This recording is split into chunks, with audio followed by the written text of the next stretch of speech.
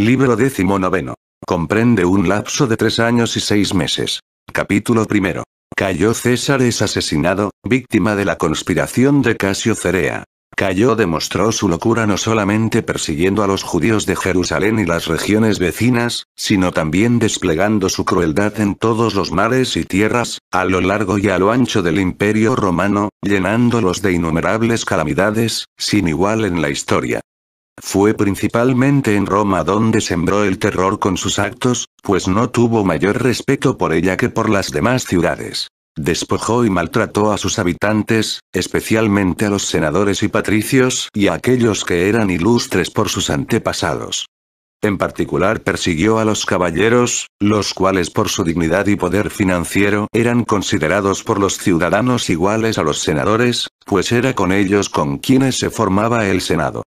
Cayo los degradó civilmente, los exiló, los condenó a muerte, les confiscó los bienes. Decía ser de origen divino y exigía que se le tributaran honores superiores a los humanos. En las visitas al templo de Júpiter, denominado el Capitolio, el más célebre de sus templos, se atrevió a denominarse hermano de Júpiter. No se abstuvo de ningún acto de locura. Cuando tuvo que ir de Dicearquía, población de la Campania, a Misena, otra población marítima, y considerando penoso hacer la travesía en Trireme, y pensando por otro lado que le correspondía, como amo del mar, pedirle lo mismo que exigía a la tierra, reunió los dos promontorios que distan 30 estadios entre sí, cerrando enteramente el golfo, y se lanzó con el carro sobre el dique. Puesto que se consideraba Dios, le convenía abrirse esta clase de caminos. No dejó ningún templo griego sin despojar, apoderándose de todas las pinturas y esculturas que tuvieran y todo lo que habían conservado, como estatuas y objetos votivos. Decía que las cosas hermosas no tenían que colocarse sino en el lugar más hermoso, y este era la ciudad de Roma. Con estos objetos adornó su palacio y sus jardines y otros lugares de diversión de que disponía en Italia. Es así como se atrevió a ordenar el traslado a Roma del Júpiter olímpico venerado por los griegos, obra del ateniense Fidias. Pero no pudo llevarse a cabo porque los arquitectos informaron a Menio Régulo, a quien se le había encargado el traslado, que el simulacro se rompería si lo movían de su lugar. Se dice que por esto, como también por algunos otros prodigios increíbles, Menio dio largas al asunto. Escribió a Cayo, excusándose de no poder cumplir sus órdenes. Se encontró en grave peligro de perder la vida, pero se libró porque Cayo murió antes de matarlo. La locura de Cayo llegó a extremos tales que, habiéndole nacido una hija, la llevó al Capitolio y la puso en las rodillas de la imagen, afirmando que era hija en común de él y de Júpiter. La niña tenía 2 padres, sin que se pudiera determinar cuál de los dos era más grande. Y le toleraban que hiciera esas cosas. También autorizó a los esclavos a acusar a sus amos, atribuyéndoles cualquier crimen. Para agradarle y por sugestión suya interpretaban muchos hechos como crímenes. Pollux, esclavo de Claudio, se atrevió a acusarlo, y Cayo aceptó la acusación contra su mismo tío paterno, con la esperanza de que encontraría el medio de eliminarlo. Pero no lo logró. En todo el imperio no había sino maldad. Otorgó potestad a los esclavos para armarse contra sus señores. Por todos estos motivos frecuentemente se intrigaba contra él, a fin de vengar las injurias recibidas. Algunos concibieron el propósito de matarlo, antes de que les acontecieran mayores calamidades. Por último, para conservación de las leyes y la seguridad común felizmente recibió la muerte. Resultó en beneficio especialmente de nuestra raza, que corría peligro de quedar totalmente exterminada. Quiero explicar con detalle todo lo referente a su muerte, especialmente porque acrecienta la creencia en el poder de Dios y será consuelo para aquellos que se encuentran en situaciones adversas, así como también amonestación para los que creen que su felicidad será perpetua, y no ha de terminar en calamidad, si no se conducen en la vida de acuerdo con los principios de la virtud. Se planearon 3 medios para eliminarlo, bajo la dirección y auspicios de 3 hombres valerosos. Emilio Régulo, oriundo de Córdoba, en España, contaba con algunos conjurados, queriendo con su ayuda y cooperación eliminarlo. Otros estaban complotados bajo la dirección del tribuno Casio Cerea. Anio Municiano contribuyó no poco a la muerte del tirano. Las causas de su cólera contra Cayo, en lo referente a Régulo, era su naturaleza irascible y el odio a toda injusticia. Régulo poseía un carácter generoso y liberal, a pesar de que era incapaz de disimular sus resoluciones. Las comunicó a muchos, tanto amigos como a otros, pareciéndoles decididos y fuertes para llevar a cabo tal propósito. Minuciano en parte estaba con deseo de vengar a Lépido, muy amigo suyo y uno de los primeros ciudadanos a quien Cayo había asesinado, pero especialmente porque temía por sí mismo, pues Cayo se indignaba contra todos por igual hasta que los hacía morir. Cerea se sentía avergonzado diariamente por los reproches que Cayo le hacía de ser hombre negligente, y puesto que todos los días corría peligro precisamente a causa de su amistad y celo, daba por supuesto que la muerte de Cayo era un acto propio de un hombre libre. Se dice que todos examinaron en conjunto sus planes, porque todos estaban igualmente amenazados por las violencias de Cayo, y querían eludirlas, eliminando a Cayo. En caso de obtener éxito, sería conveniente que tales hombres, para afirmar la seguridad del Estado, asumieran el poder y, luego de la muerte de Cayo, administraran el gobierno. Pero Cerea se sentía más inclinado a ello por el deseo de obtener mayor fama, y también porque, como tribuno, le era mucho más fácil acercarse al emperador. Por esta época se celebraban los Juegos Circenses, a los cuales los romanos son muy aficionados. Se reúnen apasionadamente en el circo. Y, una vez congregados, dan a comprender al emperador cuáles son sus deseos. Este algunas veces accede a sus pedidos, cuando considera que no es conveniente oponerse. En aquella oportunidad insistieron ante Cayo para que les rebajara los tributos, pues eran sumamente gravosos. Pero Cayo no accedió y como insistieran en sus clamores, ordenó que detuvieran a los que gritaban y sin vacilación dispuso que fueran inmediatamente ejecutados. Sus órdenes se cumplieron. Muchos murieron por este motivo. Esto se hizo delante del pueblo, que cesó enseguida en sus gritos, viendo que ante sus mismos ojos eran condenados a muerte los que pedían disminución de los impuestos. Estos acontecimientos fueron una incitación mayor para Cerea, para terminar de una vez con tanta crueldad. Varias veces pensó atacarlo mientras comía. Pero tuvo razones para no hacerlo, no porque dudara, sino porque quería aprovechar una oportunidad segura, para que no fuera un conato sin esperanza y pudiera llevar efectivamente a cabo lo propuesto. Hacía mucho tiempo que servía en el ejército y estaba descontento de la conducta de Cayo. Este le encargó la percepción de los impuestos, así como también de las deudas atrasadas que se debían al fisco del César.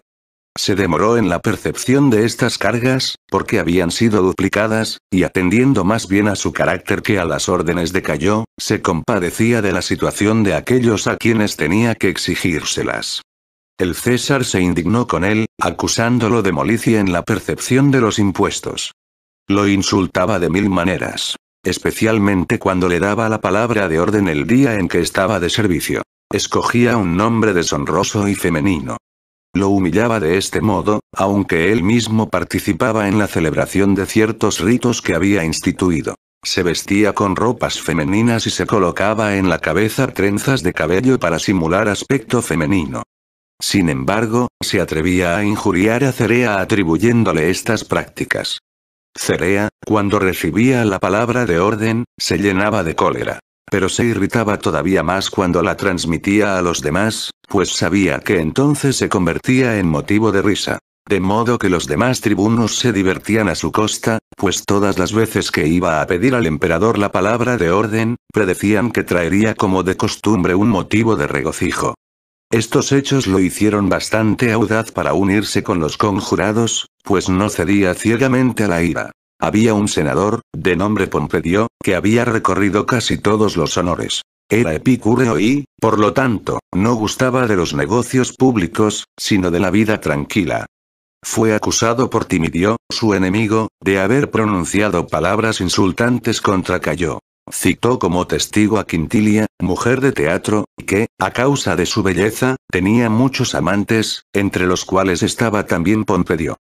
Ella consideró indigno acusar falsamente a su amante de algo que le costaría la vida. Timidio pidió que la hicieran torturar. Cayo, exasperado, ordenó a Cerea que sin tardanza sometiera a la tortura a Quintilia, pues utilizaba por lo común a Cerea para las muertes y suplicios, con la idea de que lo realizaría con mucho más rigor para escapar al reproche de Molicie. Quintilia, llevada al tormento, pisó el pie a uno de sus cómplices para darle a entender que debía animarse y no temer los tormentos que sufriría, pues ella sería valerosa. Cerea la atormentó cruelmente, no por su propia voluntad, sino obligado por la necesidad. Ella no cedió ni aun en medio de los más grandes tormentos. Cerea la llevó a presencia de Cayo, en un estado tan lastimoso que nadie podía mirarla sin compadecerse. Viendo cómo estaba, vejada por los tormentos, Cayo, algo conmovido, absolvió a ella y a Pompedio. Además entregó dinero a Quintilia, para compensarle los daños que había sufrido en el cuerpo y por el valor y ánimo con que sufrió los tormentos. Todo esto afligía mucho a Cerea, como si él mismo fuera la causa de las calamidades que afectaban a los hombres, que eran tan grandes que él mismo Cayo se dignaba consolarlos. Dijo a Clemente y a Papinio, siendo Papinio también tribuno, y Clemente prefecto en el pretorio. A nosotros, oh Clemente, no nos ha faltado voluntad para llevar a cabo todo lo pertinente a la seguridad del emperador. Pues de los que conspiraron, algunos fueron sometidos a muerte por nosotros, otros atormentados a tal extremo que él mismo Cayo se compadeció de ellos. Además, ¿no hemos conducido valerosamente el ejército? Clemente callaba, a pesar de que mostraba que le avergonzaba haber cumplido lo que le ordenaban, sin atreverse, sin embargo, a condenar la locura del emperador, porque pensaba en su propia seguridad. Pero Cerea, que había tomado confianza, le habló más libre y audazmente, relatándole las calamidades a que estaba expuesto el imperio. Según lo que se dice, Cayo es considerado como su autor. Pero si se mira la realidad, Clemente, yo y Papinio, y tú más que nosotros, somos los encargados de atormentar a los romanos y a todo el género humano, no cumpliendo las órdenes de Cayo, sino nuestra voluntad, pues depende de nosotros el que cesen tantas calamidades contra ciudadanos y súbditos. Como soldados lo obedecemos, convertidos en guardias y victimarios, llevando estas armas no en favor de la libertad y el poderío romanos, sino para la seguridad de aquel que redujo a servidumbre tanto sus almas como sus cuerpos. Nos manchamos todos los días con la sangre de aquellos que matamos o atormentamos, hasta que alguien preste el mismo servicio a Cayo con nosotros. Esto no contribuye a que nos mire con benevolencia, sino sospechosamente, por el gran número de muertos que ha habido. No apaciguará su ira, puesto que se indigna, no en defensa de lo justo y equitativo, sino para complacer su ánimo. Y nosotros también seremos objetos de la misma indignación, siendo que deberíamos tener, en cambio, el deber de asegurar a todos la libertad y determinarnos a librarnos a nosotros mismos de estos peligros. Clemente estaba abiertamente de acuerdo con lo que decía, lo aprobaba y elogiaba, pero le dijo que se callara, no fuera que sus palabras llegaran a oídos de muchos, y divulgándose aquello que debía guardarse en silencio, antes que se llevara a cabo, los condujera a ser condenados a muerte. Debían confiar en el porvenir y tener esperanza, pues podía venir algún socorro inesperado. En cuanto a él, su edad avanzada le impedía un acto tan audaz. En cuanto a lo que tú, Cerea, has dicho, yo quizá podría aconsejarte algo más prudente, pero ¿quién podría sugerir nada que fuera más honorable? Clemente se fue a su casa, mientras repasaba mentalmente lo que había dicho y oído, en medio de diversas dudas. Cerea, preocupado, se apresuró a ver a Cornelio Sabino, también tribuno, a quien apreciaba como varón egregio amante de la libertad y, por este motivo, contrario al presente estado de las cosas y que quería de una vez terminarlas, consideró oportuno proponérselas, con miedo de que Clemente los traicionara, teniendo en cuenta además el tiempo que habían perdido en dudas y vacilaciones. Sabino aceptó la sugestión de buena gana, pues ya previamente estaba decidido a ello, pero se había callado hasta ahora, pues no había encontrado a nadie con quien compartir sin riesgo su idea. Habiéndose, pues, topado con un hombre no solo dispuesto a callar lo que oyera, sino a revelar su propio pensamiento, se sintió mucho más animado. Por esto, pidió a Cerea que llevara a cabo su propuesta sin demora. Es así como se dirigieron a Minuciano, animado del mismo deseo y similar a ellos por su decisión y que había caído en sospechas ante Cayo, después de la muerte de Lépido. Una profunda amistad había unido a Minuciano y Lépido por los peligros que habían corrido juntos. Porque Cayo era temible y no dejaba de ensañarse en cada uno de ellos según su capricho. Sabían que ambos estaban descontentos de tal situación, a pesar de que el miedo del peligro impedía que abiertamente revelaran su pensamiento y su odio contra Cayo. Sin embargo, adivinaban que los dos lo detestaban y esto contribuía a que sintieran un recíproco afecto.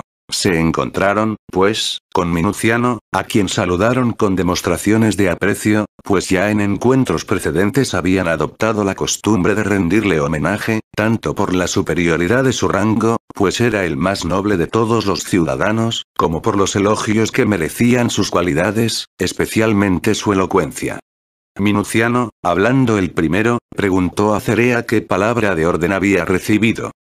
Toda la ciudad sabía el insulto que se hacía a Cerea en la transmisión de la palabra de orden. Cerea, indiferente a las expresiones de burla, agradeció a Minuciano el hecho de testimoniarle suficiente confianza como para hablar con él. Tú me diste la palabra de orden. Libertad. Te agradezco que me excitaras más allá de lo que suele ser mi costumbre.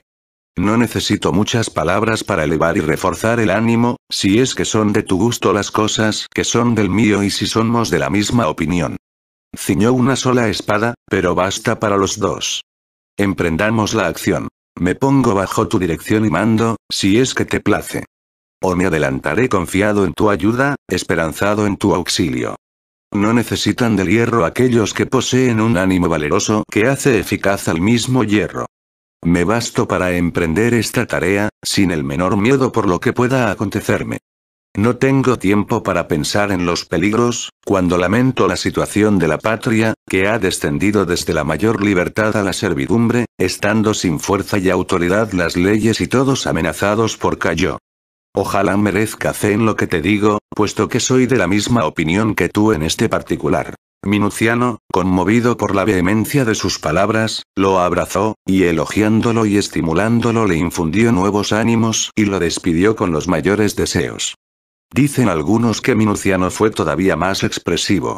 Cuando Cerea entraba en el Senado, cuentan que surgió una voz de la multitud instándolo a hacer lo que debía hacer con la ayuda de Dios. Al principio sospechó que, traicionado por alguno de los conjurados, sería detenido. Pero finalmente comprendió que eran expresiones de alguien que lo exhortaba. Ya fuera que, por instigación de sus cómplices, alguien le diera una señal, no era Dios mismo que contempla las acciones de los mortales y lo inducía a que obrara con ánimo decidido. Eran muchos los que conocían la conjuración, y todos se encontraban armados, tanto senadores, caballeros o soldados. No había nadie que dejara de considerar venturosa la muerte de Cayo. Y así todos, del modo que podían, colaboraban fervorosamente y no querían ser menos que los otros. Con suma decisión y por odio contra el tirano se preparaban al hecho, de palabra y con la acción. Entre los conjurados se encontraba Calisto, liberto de Cayo, que había llegado a la cima del poder, igual al del tirano, gracias al miedo que inspiraba a todos y a la gran fortuna que había acumulado. Se apoderaba de todo lo que podía y era insolente con todos, usando su poder con injusticia. Sabía que Cayo era implacable y tan terco que nunca desistía de lo que había decidido. Por esto y muchas otras cosas se sentía en peligro, especialmente por su gran fortuna. Por eso servía a Claudio, habiéndose pasado secretamente a su lado, pensando que éste obtendría el imperio si Cayo desaparecía y que él encontraría, en un poder similar al que ocupaba, un pretexto para obtener favores y honores, si tomaba la precaución de conquistar la gratitud de Claudio y la reputación de que le había sido fiel. Incluso había llegado su audacia a decir que había recibido del emperador la orden de envenenar a Claudio, y había diferido su ejecución con 1000 pretextos. Pero creo que Calisto debe de haber fraguado este cuento para congraciarse con Claudio, pues en el caso de que Cayo hubiese realmente decidido librarse de Claudio, no habría tolerado las tretas de Calisto. Y si este último hubiera recibido orden de eliminarlo, no habría podido diferir su incumplimiento sin recibir inmediatamente su castigo. Debe solo atribuirse al poder divino la protección de Claudio contra el furor de Cayo. Y Calisto simulaba un hecho que no era tal como lo presentaba. Los propósitos de Cerea se fueron postergando de día en día, pues muchos de los conjurados dudaban. Él mismo de mala gana difería su realización, por considerar que cualquier oportunidad era buena para llevar a cabo lo decidido. Se le presentaba frecuentemente tal oportunidad, cuando Cayo ascendía al Capitolio para ofrecer víctimas por la salud de su hija. Cero también, cuando estaba en la parte elevada de la basílica y tiraba oro y plata al pueblo, podía ser precipitado desde este lugar. O en la celebración de aquellas ceremonias que él mismo había establecido, y cuando no desconfiaba de nadie, pues atendía a que todo se llevara a cabo debidamente y con el decoro conveniente. Aún sin contar con ninguna señal de los dioses, Cerea podía hacer morir a Cayo. Y habría tenido coraje para suprimirlo hasta sin armas. Cerea se indignaba contra los conjurados, temiendo que pasara la oportunidad.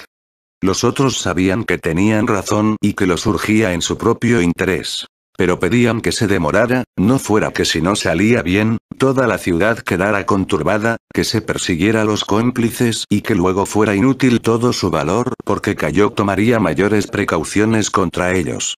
Lo más seguro sería llevarlo a cabo cuando se celebrarán los espectáculos en el palacio.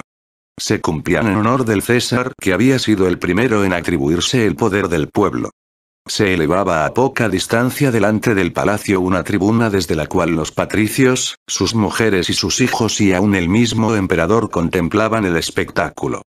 Les sería fácil, en una oportunidad en que tantos miles de personas quedaban encerradas en un espacio estrecho, atacarlo en el momento de entrar, cuando ni sus guardias podrían auxiliarlo, ni aun cuando quisieran. Cerea tuvo que aguardar. Cuando llegaron las fiestas, resolvióse ejecutar el plan el primer día. Pero el destino, que había dispuesto las demoras, pudo más que la decisión tomada por los conjurados. Habiendo dejado pasar los 3 primeros días consagrados, solo en el último se pasó a la acción. Cerea, habiendo convocado a los conjurados, les dijo: hemos dejado pasar mucho tiempo sin que por nuestra indolencia nos decidamos a realizar lo determinado. Sería espantoso, si quedara en la nada a causa de alguna denuncia, y Cayo, exacerbado, sería entonces más cruel. ¿No vemos, por ventura, que privamos de tantos días a la libertad cuantos otorgamos a la tiranía, cuando debemos asegurarnos para lo futuro, otorgar la felicidad a los demás y obtener para siempre admiración y honor? Como nadie podía negar que sus palabras eran nobles, y tampoco aceptar públicamente la empresa, todos guardaron un profundo silencio. ¿A qué viene, varones valerosos?, siguió diciendo, que dudemos y nos alejemos de la acción. ¿No os dais cuenta que este es el último día de los espectáculos y que luego Cayo se embarcará? Cayo se disponía a partir hacia Alejandría, a fin de visitar a Egipto. Puede parecernos honesto dejar escapar a un hombre tan odiado que irá por mar y tierra a exhibir su ostentación. ¿No nos abrumará la vergüenza si dejáramos que lo matara un egipcio o algún otro que considere que son intolerables sus locuras para los hombres libres? Yo no aceptaré más demoras, y hoy mismo iré a enfrentar el peligro y sufrir con ánimo alegre las consecuencias. No hay motivo ninguno para demoras. En verdad, ¿qué cosa más mísera puede acontecer a un ánimo fuerte y generoso que otro mate a Cayo, mientras yo viva y me prive a mí de la alabanza de esta acción? Diciendo estas palabras se excitó y animó a los restantes, y todos decidieron poner manos a la obra sin dilación ninguna. A primera hora de la mañana se encontraba en palacio, ceñido con la espada de los caballeros. Era costumbre de los tribunos pedir el santo y seña al emperador con la espada ceñida, y precisamente aquel día le tocaba a él esa tarea. Ya la multitud se dirigía al palacio tumultuosamente, empujándose unos a otros, pues cada cual se esforzaba en ocupar el mejor lugar.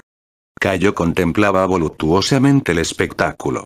No había sitios especiales señalados para los senadores o los caballeros, todos se sentaban mezclados, los hombres con las mujeres, los esclavos con los hombres libres. Se le abrió camino a Cayo entre los guardias. Ofreció sacrificios a Augusto, en cuyo honor se celebraban los espectáculos. Al caer una de las víctimas aconteció que la sangre manchó la toga de un senador de nombre Asprenas. Cayo lo tomó a risa, pero resultó un mal augurio para Asprenas. Pues fue muerto junto con Cayo. Se dice que aquel día, en contra de su costumbre, Cayo estuvo muy amable, hablando afablemente y causando la admiración de todos. Una vez ofrecido el sacrificio, se dirigió a su lugar en el teatro, rodeado de los amigos principales. El teatro, cuya disposición cambiaba todos los años, estaba construido de la siguiente manera. Tenía dos puertas, abierta una sobre el espacio libre, y la otra sobre un pórtico, a fin de que las entradas y salidas no molestaran a aquellos que se encontraban en el interior y para que los músicos y actores pudieran salir del mismo. La multitud estaba sentada, y Cerea con los restantes tribunos se instalaran a poca distancia de Cayo. Este se encontraba en el lado derecho del teatro. Un tal Batinio, senador, antiguo pretor, preguntó a Clubio, personaje consular, sentado a su lado, si había oído hablar de la revolución. Pero procuró que sus palabras no fueran comprendidas. Clubio respondió que nada sabía. Hoy, Clubio, se representará la escena del tiranicidio. Noble amigo, repuso Clubio, cállate, no sea que algún otro aqueo escuche tus palabras. Se arrojó a los espectadores gran cantidad de frutas y de aves cuya rareza contribuía a hacerlas deseables. Cayo se regocijaba al ver a los espectadores luchando entre sí para apoderarse de ellas. Acontecieron a la par dos sucesos que fueron interpretados como presagios. Se representaba una parodia durante la cual se crucificaba a un capitán de ladrones.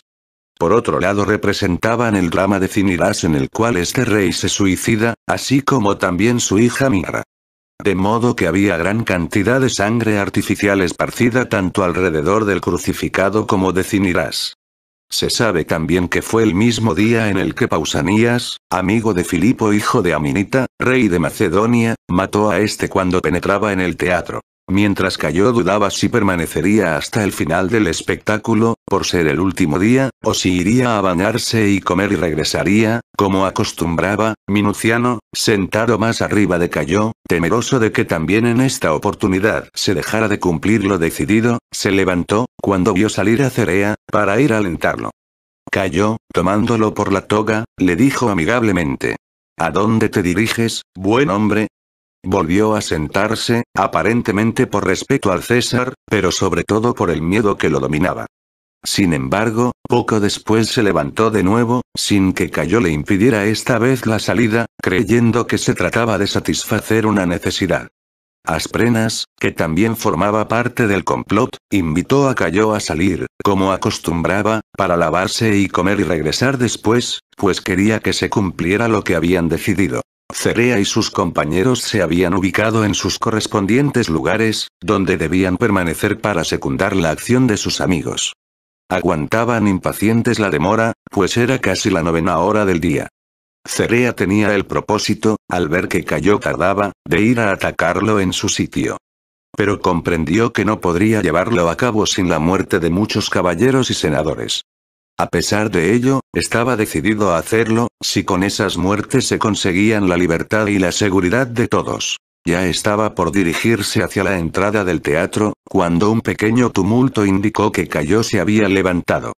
Los conjurados dispersaron a la multitud, con el pretexto de que a Cayo le disgustaba su presencia, pero en realidad para su propia seguridad, y para privar a Cayo de protección antes de matarlo. Lo precedían su tío Claudio, Marco Vinicio, el esposo de su hermana, así como también Valerio Asiático, a los cuales, aunque lo hubieran querido, no era posible cerrarles el paso, a causa de su dignidad.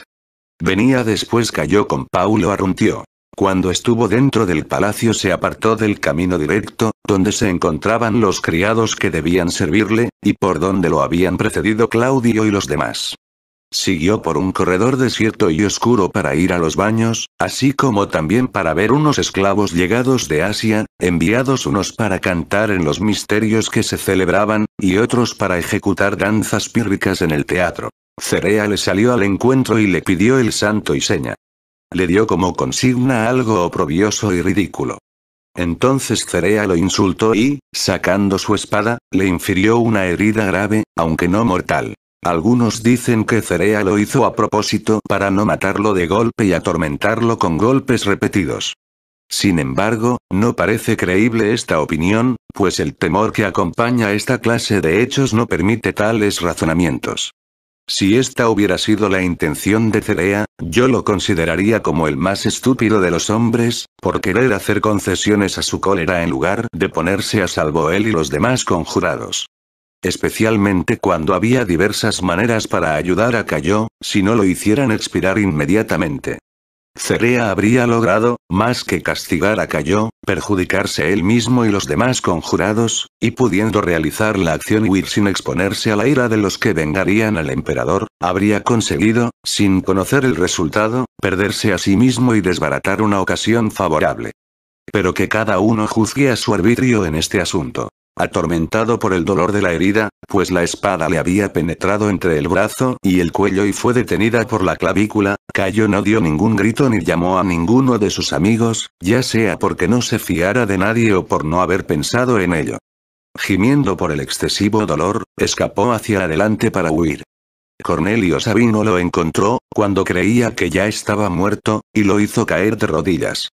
Rodeado por muchos, excitados por el mismo propósito, todos lo hirieron con sus espadas, animándose mutuamente a volver a herir una y otra vez. Se cree que fue Aquila quien le dio el golpe final, que terminó con su vida.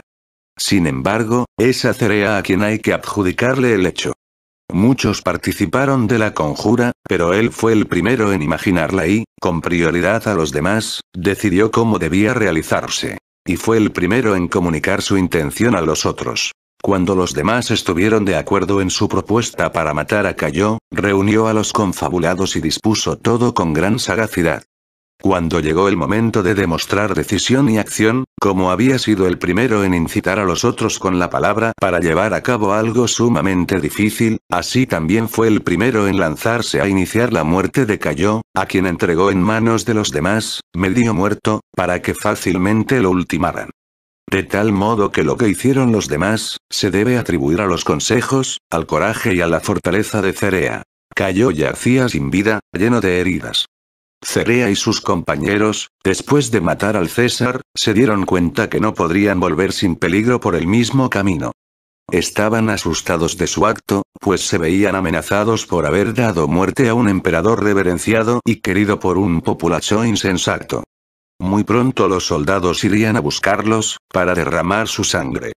Además, el pasaje donde acababan de realizar su acto era estrecho, obstruido por el gran número de servidores y de soldados que en este día estaban de guardia junto al emperador. Tomando otro camino se retiraron a la casa de Germánico, padre del Cayo que acababan de matar.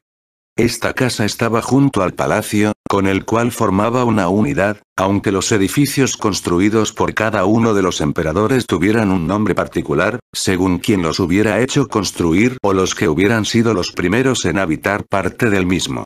Habiendo escapado a las turbas, por el momento se sentían seguros, mientras se desconociera lo que había acontecido al César. Los primeros en informarse de la muerte de Cayo fueron los germanos. Eran sus guardias, llamados así por el pueblo donde eran enrolados y donde se reclutaba la legión celta. Entre ellos la cólera es una característica nacional, común con otros bárbaros que usan poco la razón. Confían más en su fuerza y ferocidad, y son los primeros en atacar, de modo que donde ellos acometen son de mucho valor para la victoria. Estos, cuando se informaron de la muerte de Cayo, lo sintieron intensamente, no por consideración a sus méritos, sino mirando a su propia comodidad, pues Cayo los había conquistado mediante muchos beneficios. Con las espadas desenvainadas buscaron a los matadores del César, y penetraron en las casas, dirigidos por Sabino, su tribuno, no por sus propios méritos o los de sus antepasados, pues había sido gladiador, sino elevado a ese cargo por su vigor corporal. Recorriendo el palacio al primero que encontraron fue a Asprenas, cuya toga estaba manchada con la sangre de los sacrificios. Lo mataron, cumpliéndose el presagio de que hablé anteriormente. El próximo fue Norbano, uno de los ciudadanos más nobles, quien contaba con más de un general victorioso entre sus antepasados. No respetaron su dignidad. Era hombre de mucho vigor y se trabó en lucha con el primero que lo atacó. Le quitó la espada y, poco dispuesto a morir sin vengarse, atravesó a muchos que lo atacaban, hasta que al final murió acribillado de heridas. El tercero fue Antejo, un senador. Se encontró con los germanos, no por casualidad como los anteriores, sino por curiosidad, pues quiso contemplar a Cayo tendido en tierra y satisfacer así el odio que le tenía. El padre de Antejo, que llevaba el mismo nombre, había sido desterrado por Cayo, el cual, no satisfecho con eso, envió soldados para que lo mataran. Este era el motivo de que el hijo se alegrara por la muerte de Cayo, manifestándose la alegría en sus ojos, al contemplarlo postrado. Estando la casa agitada, no logró escapar a los germanos, que todo lo inspeccionaban y se enfurecían al extremo de matar a los que se encontraban, fueran o no culpables. Es así como estos hombres fallecieron. Cuando llegó al teatro el rumor de que habían matado a Cayo, la gente quedó primeramente estupefacta, sin dar crédito a lo que se le decía. Algunos, aunque se sintieron contentos por su muerte, y hubieran dado mucho para que ello fuera cierto, se mostraron incrédulos por temor. Otros no lo creyeron porque no querían que le hubiese pasado esa desgracia a Cayo, y no querían aceptar la verdad, juzgando imposible que un hombre tuviera bastante valor para llevar a cabo un acto de esa índole. Eran mujeres, gente joven, los esclavos y algunos de los soldados. Estos, en efecto, recibían sueldo de Cayo y lo ayudaban a ejercer la tiranía. Sirviendo sus caprichos y torturando a los más poderosos ciudadanos, obtenían a la vez honores y riquezas. En cuanto a las mujeres y los jóvenes, estaban seducidos, como es habitual entre el vulgo, por los espectáculos, los combates de los gladiadores y la distribución de ciertos víveres. Tales hechos, se decía, se realizaban en interés del pueblo romano, pero en realidad para satisfacer la locura y la crueldad de Cayo. Y los esclavos, finalmente, por el permiso que se les otorgó de acusar y menospreciar a sus señores, pues así les era posible buscar la protección de Cayo, si aquellos los injuriaban. De buena gana les creían las mentiras contra sus señores y, al denunciar su fortuna, se aseguraban no solo la libertad, sino también la riqueza, gracias a la recompensa que les daban a los acusadores, que se elevaba a la 8ª parte de sus bienes. En cuanto a los patricios, aunque el rumor les pareció verosímil, quizá porque conocían el complot, o porque lo deseaban y anhelaban vehementemente, no solamente ocultaron el gozo que les proporcionó la noticia, sino que se guardaron su opinión sobre el hecho. Algunos temían que una esperanza falsa les trajera un castigo, si se apresuraban a descubrir su pensamiento. Otros, los que estaban al corriente por haber participado en la conjuración, se ocultaban más aún, recelándose mutuamente, y temiendo hablar con gente que pudiera denunciarlos al tirano, si vivía aún. Se esparció otro rumor. Que Cayo no había muerto. Había sido herido y estaba siendo atendido por los médicos. Nadie se fiaba de nadie, para expresar lo que realmente sentía. Si era amigo de Cayo, se haría sospechoso de haber favorecido la tiranía. Si lo odiaba, su malevolencia anterior no conferiría confianza a sus palabras. También corrió otro rumor, que privó a los patricios de toda esperanza de alegrarse. Que Cayo, sobreponiéndose al peligro y sin tener en cuenta sus heridas, había huido al foro, manchado de sangre como estaba, y que allí estaba hablando al pueblo. Todo esto había sido imaginado por los que deseaban que se produjera una agitación. Los oyentes se inclinaban por el lado donde los llevaba su afecto. Sin embargo, no abandonaban sus asientos, por miedo de que se les acusara de algo si se les viera salir los primeros. Pues no se los juzgaría según la disposición de cada uno al salir, sino según lo que imaginaran acusadores y jueces. Una caterva de germanos, con las espadas desenvainadas, rodeó el teatro. Los espectadores empezaron a temer por su propia vida. Cualquiera que llegara los aterrorizaba, como si los fueran a matar. No sabían qué hacer. No se atrevían a salir, pero tampoco se creían seguros permaneciendo en el teatro. Finalmente, cuando los germanos se precipitaron dentro del teatro, se elevó un gran clamor. Todos comenzaron a suplicar a los soldados, afirmando que todo lo ignoraban, tanto la sedición, si había alguna, como los acontecimientos que se habían producido. Tenían que perdonarlos, y no hacerles pagar a ellos, exentos de toda culpa, la audacia de los culpables, sino buscar a los responsables del crimen, cualquiera que hubiera sido. Decían estas cosas y otras similares con gran aflicción y llanto. Imploraban para eludir el peligro inminente, como si cada uno de ellos estuviera en el extremo de perder la vida. Con tales ruegos se apaciguó la ira de los soldados y desistieron de lo que en su ánimo habían imaginado contra los espectadores. Les pareció una crueldad, a pesar de su exasperación y de haber colocado en el altar la cabeza de Asprenas y otras víctimas. Al contemplarlas, fue todavía más intensa la conmoción de los espectadores, que pensaran en la dignidad de aquellos hombres y la suerte mísera que les había tocado. Poco faltó para que olvidaran sus propios peligros, conmovidos por aquel espectáculo, ignorantes de cuál sería el fin de todo ello, en el supuesto caso de que escaparan al peligro. Los que odiaban a Cayo, se vieron privados de la consiguiente alegría derivada de su muerte, pues estaban en trance de perder la vida, y les parecía que no quedaba esperanza ninguna de conservarla. Había un cierto Evaristo Arruntio, pregonero de ventas, dotado de una fuerte y poderosa voz, el cual había adquirido una riqueza tal que igualaba a la de los más opulentos. Hacía en Roma lo que más le placía, tanto en aquel momento como después. Se dispuso a dar las mayores muestras de aflicción, a pesar de que Cayo era el más menospreciado de todos los hombres. Pero, en el momento actual, convenía adecuarse a lo que aconsejaban el temor y la astucia a fin de asegurarse la seguridad. Asumiendo un aspecto lúgubre, se adelantó al teatro y anunció la muerte de Cayo, pues no podía tolerar que el pueblo estuviera por más tiempo en la ignorancia de lo que había acontecido.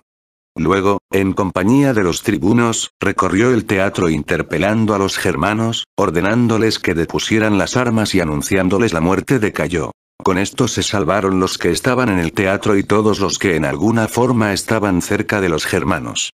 Pues mientras hubiera alguna esperanza de que Cayo viviera, no se abstendrían de ningún crimen. Le eran tan adictos, que estarían contentos de perder la vida, con tal que pudieran librarlo de los peligros.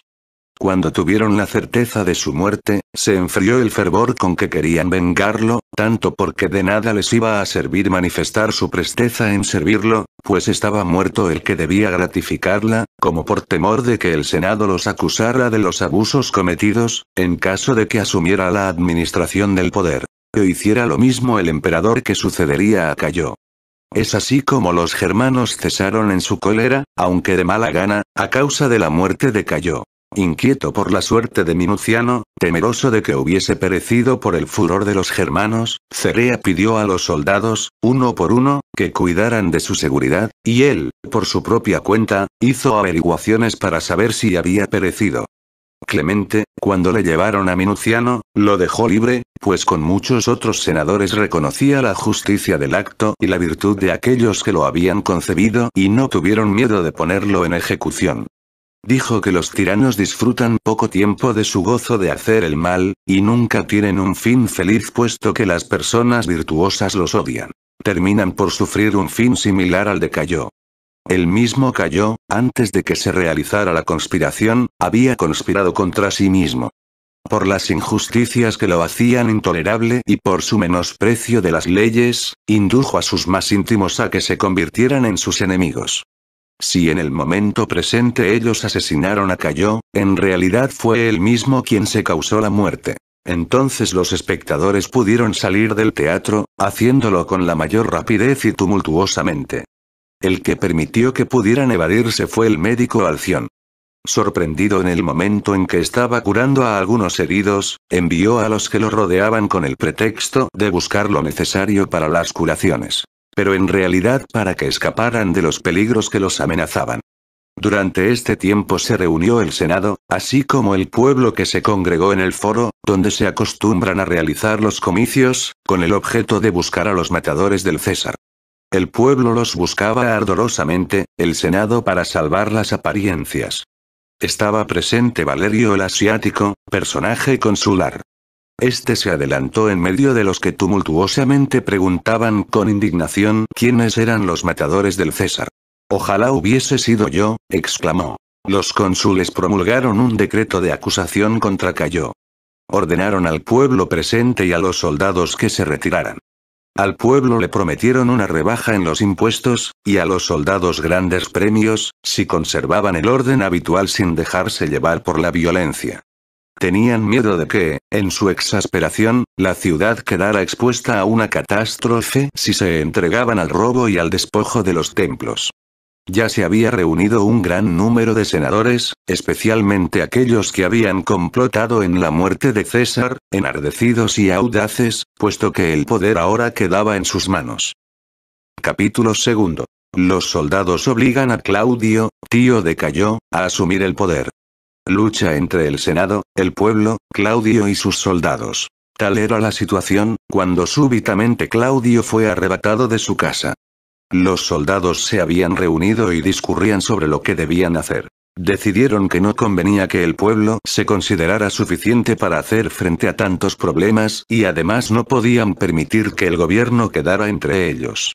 Por otra parte, si alguno de los conjurados fuera nombrado emperador, ellos sufrirían una gran desgracia, por no haberle ofrecido su ayuda.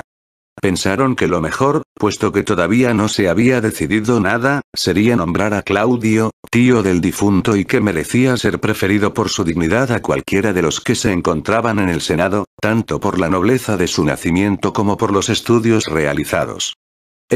Una vez nombrado emperador, los llenaría de honores y regalos. Así que lo decidieron, lo pusieron en ejecución. Claudio fue arrebatado por los soldados. Pero C.N. Sentio Saturnino, a pesar de estar informado de lo relativo a Claudio, que simulaba aceptar el trono imperial contra su voluntad, aunque de hecho estaba de acuerdo, se levantó en el Senado y, sin miedo ninguno, pronunció el discurso que convenía a hombres libres y generosos. Aunque parezca increíble, oh romanos, después de largo tiempo, y cuando no lo esperábamos, se nos ofrece la libertad. Ignoro, sin embargo, cuánto tiempo ha de durar, pues queda en poder de los dioses que nos la han acordado. Es suficiente, sin embargo, para que nos regocijemos y, aunque la perdamos enseguida, habrá contribuido a nuestra felicidad. Pues basta una hora para los hombres buenos y honestos, si se vive con voluntad libre en una patria libre, gobernada con las leyes de que hemos gozado anteriormente.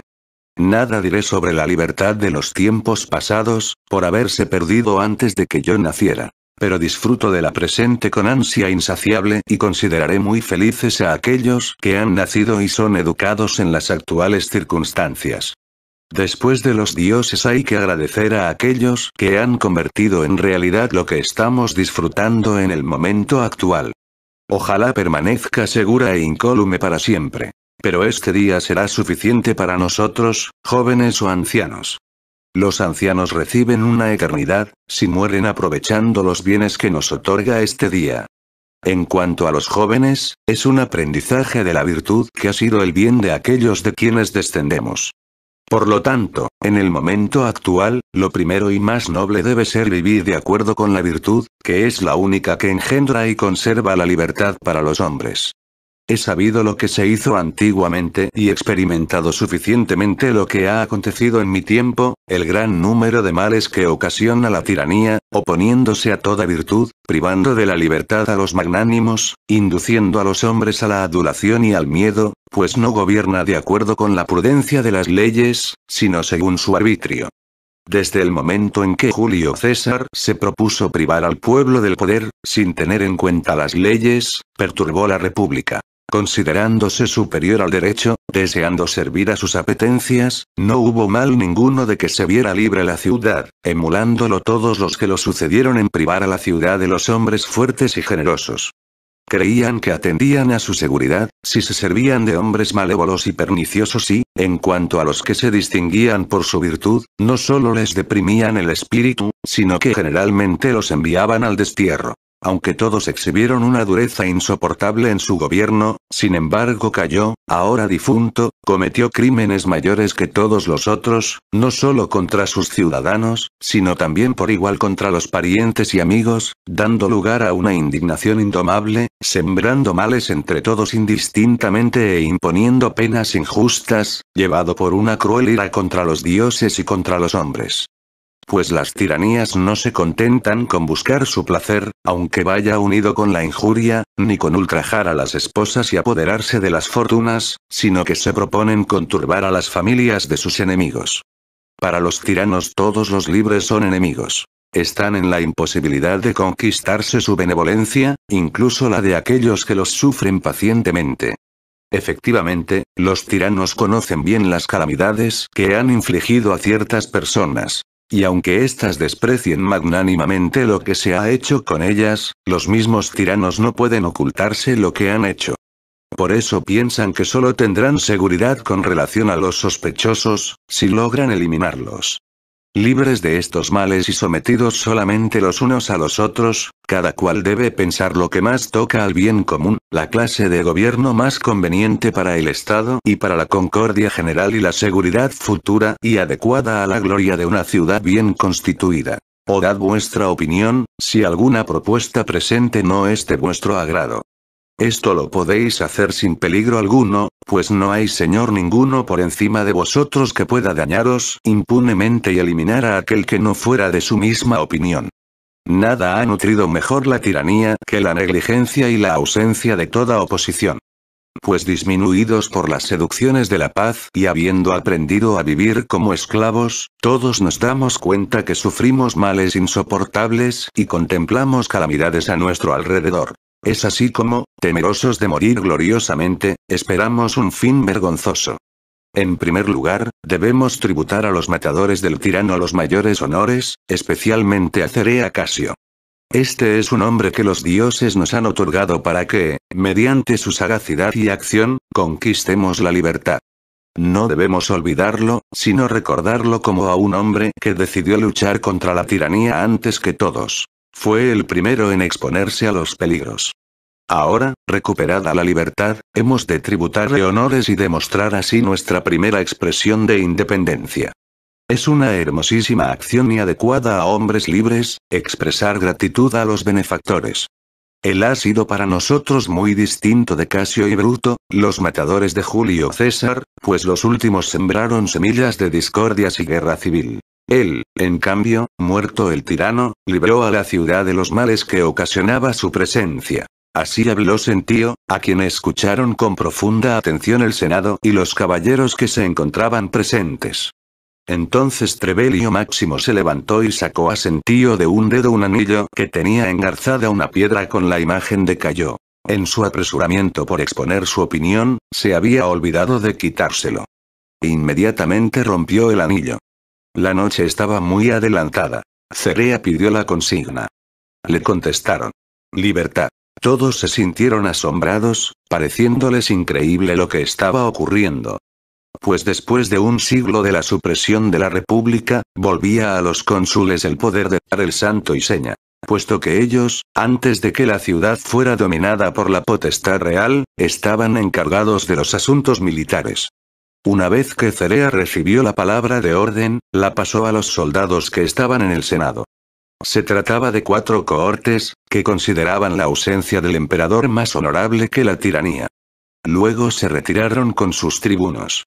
El pueblo también se alegró, lleno de esperanza y entusiasmado por haber adquirido de nuevo el poder y por no estar sometido al emperador. Cerea para ellos lo significaba todo. Pero Cerca estaba indignado porque seguían viviendo la esposa y la hija de Cayo y porque el castigo no se había extendido a toda su casa, pues cualquiera de ellos que quedara con vida podía convertirse en un peligro para la ciudad y las leyes. Y además, dispuesto a completar sus designios y satisfacer su odio contra Cayo, encargó a Julio Lupo, uno de los tribunos, que matara a la esposa y a la hija del César. Propuso esta misión a Lupo, por ser pariente de Clemente. Habiendo participado, aunque no fuera sino en esto, en el tiranicidio, sería honrado por los ciudadanos por su valor, al igual que si hubiera participado en toda la empresa con los demás conjurados. A algunos de los conjurados les pareció cruel emplear la violencia con una mujer, pues había sido más por sus instintos naturales que por consejo de ella que Cayo cometió los crímenes que llevaron el Estado a la desesperación. Otros, al contrario, creían que la mujer era tan responsable como él de todo lo que había acontecido, por haberle dado un filtro para conquistar en favor suyo su ánimo y su amor, y mantenerlo dominado. De tal manera que, reducido a la locura, había sido ella la que fraguara la serie de hechos cometidos contra los romanos y el orbe que les estaba sometido. Decidida la muerte, pues nada consiguieron los que opinaron lo contrario, se dio el encargo a Lupo. Debía realizarse sin ninguna demora, no fuera que se omitiera algo que era para el bien común. habiendo penetrado en el palacio, sorprendió a Cesonía, la esposa de Cayo, tendida al lado de su esposo, que yacía en el suelo desprovisto de todo lo que se acostumbra a hacer con los muertos. Estaba manchada con la sangre de las heridas y muy afligida por su desgracia. Su hija estaba echada a su lado. En esta situación no se oían más que los reproches que Cesonía dirigía a Cayo por no haberla escuchado cuando ella tantas veces lo amonestara.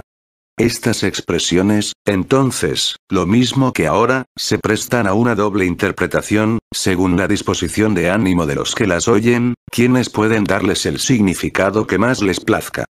Algunos las interpretan como si quisiera decir que le había aconsejado que tuviera una mentalidad más serena y que dejara de ser cruel con los ciudadanos, a fin de no ser muerto por ellos. Otros lo interpretan en el sentido de que, habiendo percibido rumores de la conjuración, le había aconsejado que inmediatamente y sin demora hiciera morir a todos, librándose así de todo peligro. Y que le reprochaba haber procedido con demasiada negligencia, a pesar de sus amonestaciones. Estas son las diversas interpretaciones de lo que decía Cesonía. Cuando vio a Lupo, le mostró el cadáver de Cayo, y con lágrimas y lamentos le dijo que se acercara. Al ver que no lo hacía, y que parecía estar preparándose para cumplir algo contra su voluntad, comprendió el motivo de su venida, descubrió su garganta, tomando por testigos a los dioses, como lo hacen aquellos que se encuentran en una situación desesperada, y le pidió que no tardara en finalizar la tragedia. De este modo murió con decisión y valentía. Y luego la hija. Lupo se apresuró a presentarse ante Cerea, para anunciarle que había cumplido lo dispuesto. Cayo murió de este modo, después de haber gobernado a los romanos durante 4 años y 4 meses. Fue un hombre que, incluso antes de obtener el imperio, tenía un carácter duro y sin sentimientos, entregado a los placeres, amigo de la delación. Se atemorizaba por todo, y por esto, una vez en el poder, estaba dispuesto a matar. Cuando disfrutó del imperio, se comportó feroz y locamente aún contra aquellos que de ninguna manera debía tratar indebidamente, matando y no respetando las leyes y buscando las riquezas para sí. Quiso ser más que los dioses y las leyes, y resultó perverso para el pueblo. Aquello que la ley consideraba vergonzoso y condenable, parecíale más honorable que la virtud. No tenía en cuenta a los amigos, aunque estuvieran ubicados en altos puestos. Se indignaba contra ellos, infligiéndoles castigos por la menor causa. Para él eran enemigos todos los que eran respetados por su virtud. Quería que se cumpliera lo que ordenaba su indómita y desenfrenada voluntad. Es así como tuvo relaciones íntimas con su hermana legítima, lo cual acrecentó la indignación de los ciudadanos. Pues, como hacía mucho no se hablaba de esta clase de crímenes, su autor concentraba desconfianza y aversión. No se recuerda de él ninguna acción grande o digna de un rey que haya hecho en beneficio de sus contemporáneos o la posteridad, excepto los trabajos realizados en los alrededores de Regio y de Sicilia para recibir a los navíos llenos de trigo que venían de Egipto, obra muy considerable y favorable a la navegación. Pero no la terminó. La dejó inconclusa por su negligencia.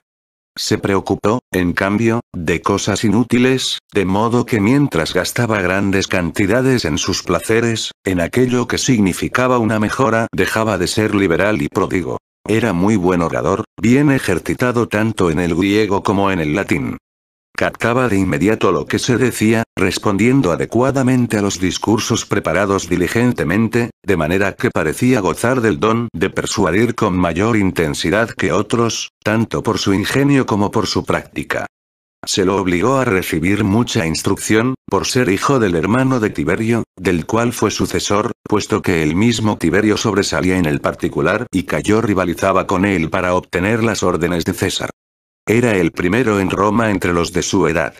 De nada le aprovecharon las cosas buenas que aprendió en su instrucción para librarse de la maldad, a lo que se inclinaba. Resulta difícil moderarse y gobernarse para aquellos que no están obligados a dar cuenta de lo que hacen y que tienen expedito el camino para proceder arbitrariamente. Al principio, era tenido en gran estima por haberse hecho de amigos buenos y honestos, esforzándose en emular a los mejores en saber y gloria. Pero luego le retiraron la benevolencia con que lo habían tratado, a causa de su proceder insolente, aumentando el odio que le tenían. Por último fue asesinado. Capítulo 3. Claudio es secuestrado por los soldados. Las tentativas del Senado. Claudio, como dije antes, se había apartado del camino que seguían aquellos que estaban con Cayo. Viendo que el palacio estaba conturbado por lo acontecido a Cayo, desesperando poder salvarse, se ocultó en un lugar estrecho. Solo temía por su vida a causa de la nobleza de su nacimiento. Siempre había vivido como hombre particular, modestamente, satisfecho con lo que poseía, consagrado al estudio de las letras, especialmente del griego, evitando en toda forma todo lo que pudiera ser motivo de enojo. Pero en aquel momento la multitud estaba enloquecida y el palacio expuesto al furor de los soldados. Los soldados llamados pretorianos, la parte más íntegra del ejército, deliberaba sobre lo que convenía hacer. Los que se encontraban allí no pensaban en vengar a Cayo, pues creían que había sufrido su fin con justicia. Antes bien pensaban en qué forma podrían arreglar lo mejor posible sus propios asuntos. Los germanos, por su parte, querían castigar a los matadores, más para dar salida a su crueldad que con miras al bien común. Todo esto aumentaba la inquietud de Claudio, preocupado por su seguridad, especialmente cuando vio que se llevaban las cabezas de Asprenas y de otros asesinados. Subido sobre unos escalones a escasa distancia, se mantenía oculto, disimulado entre las sombras que lo rodeaban. Lo vio Grato, uno de los soldados encargados de la guardia del Palacio Real, pero no lo reconoció porque no le distinguió la cara en la oscuridad. Tomándolo por un sospechoso, se acercó. Claudio le pidió que se alejara. Grato supo entonces quién era, y dijo a los que lo seguían: «Es germánico. Hagámoslo emperador». Claudio, cuando los vio dispuestos a sacarlo de aquel lugar, temeroso de que lo mataran en la misma forma que a Cayo, les pidió que lo perdonaran, recordándoles que nunca había molestado a nadie e ignoraba lo acontecido. A estas palabras Grato sonrió, y tomándole la mano derecha le dijo: «No sigas, señor, hablando humildemente de tu salvación. Te conviene pensar con ánimo elevado sobre el imperio que los dioses, luego de habérselo quitado a Cayo, otorgaron a tu virtud, para bien del universo. Esfuérzate, y exige para ti el reino de tus antepasados». Lo sostenía ante la imposibilidad en que se encontraba de mantenerse en pie, por el miedo y el gozo a la vez que esas palabras le causaron. A todo esto se había reunido alrededor de Grato una gran multitud de guardias. Al ver que conducían a Claudio se mostraron indignados, pues creían que lo querían condenar a muerte, a pesar de que durante toda su vida se había mantenido alejado de los asuntos públicos y había estado expuesto a muchos peligros durante el gobierno de Cayo. Algunos opinaron que eran los cónsules quienes tenían que decidir sobre el particular. Se les agregó un gran número de soldados. Y la multitud se dispersó.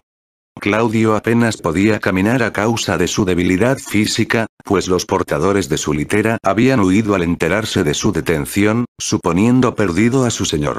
Cuando llegaron a la plaza del palacio, la cual según la historia fue el primer lugar habitado de Roma, donde ya se discutían los problemas públicos, se congregó un número mucho mayor de soldados, gozosos de ver a Claudio y deseosos de proclamarlo emperador a causa del afecto que habían sentido por Germánico, su hermano, que había dejado el más glorioso recuerdo entre aquellos que lo conocieron.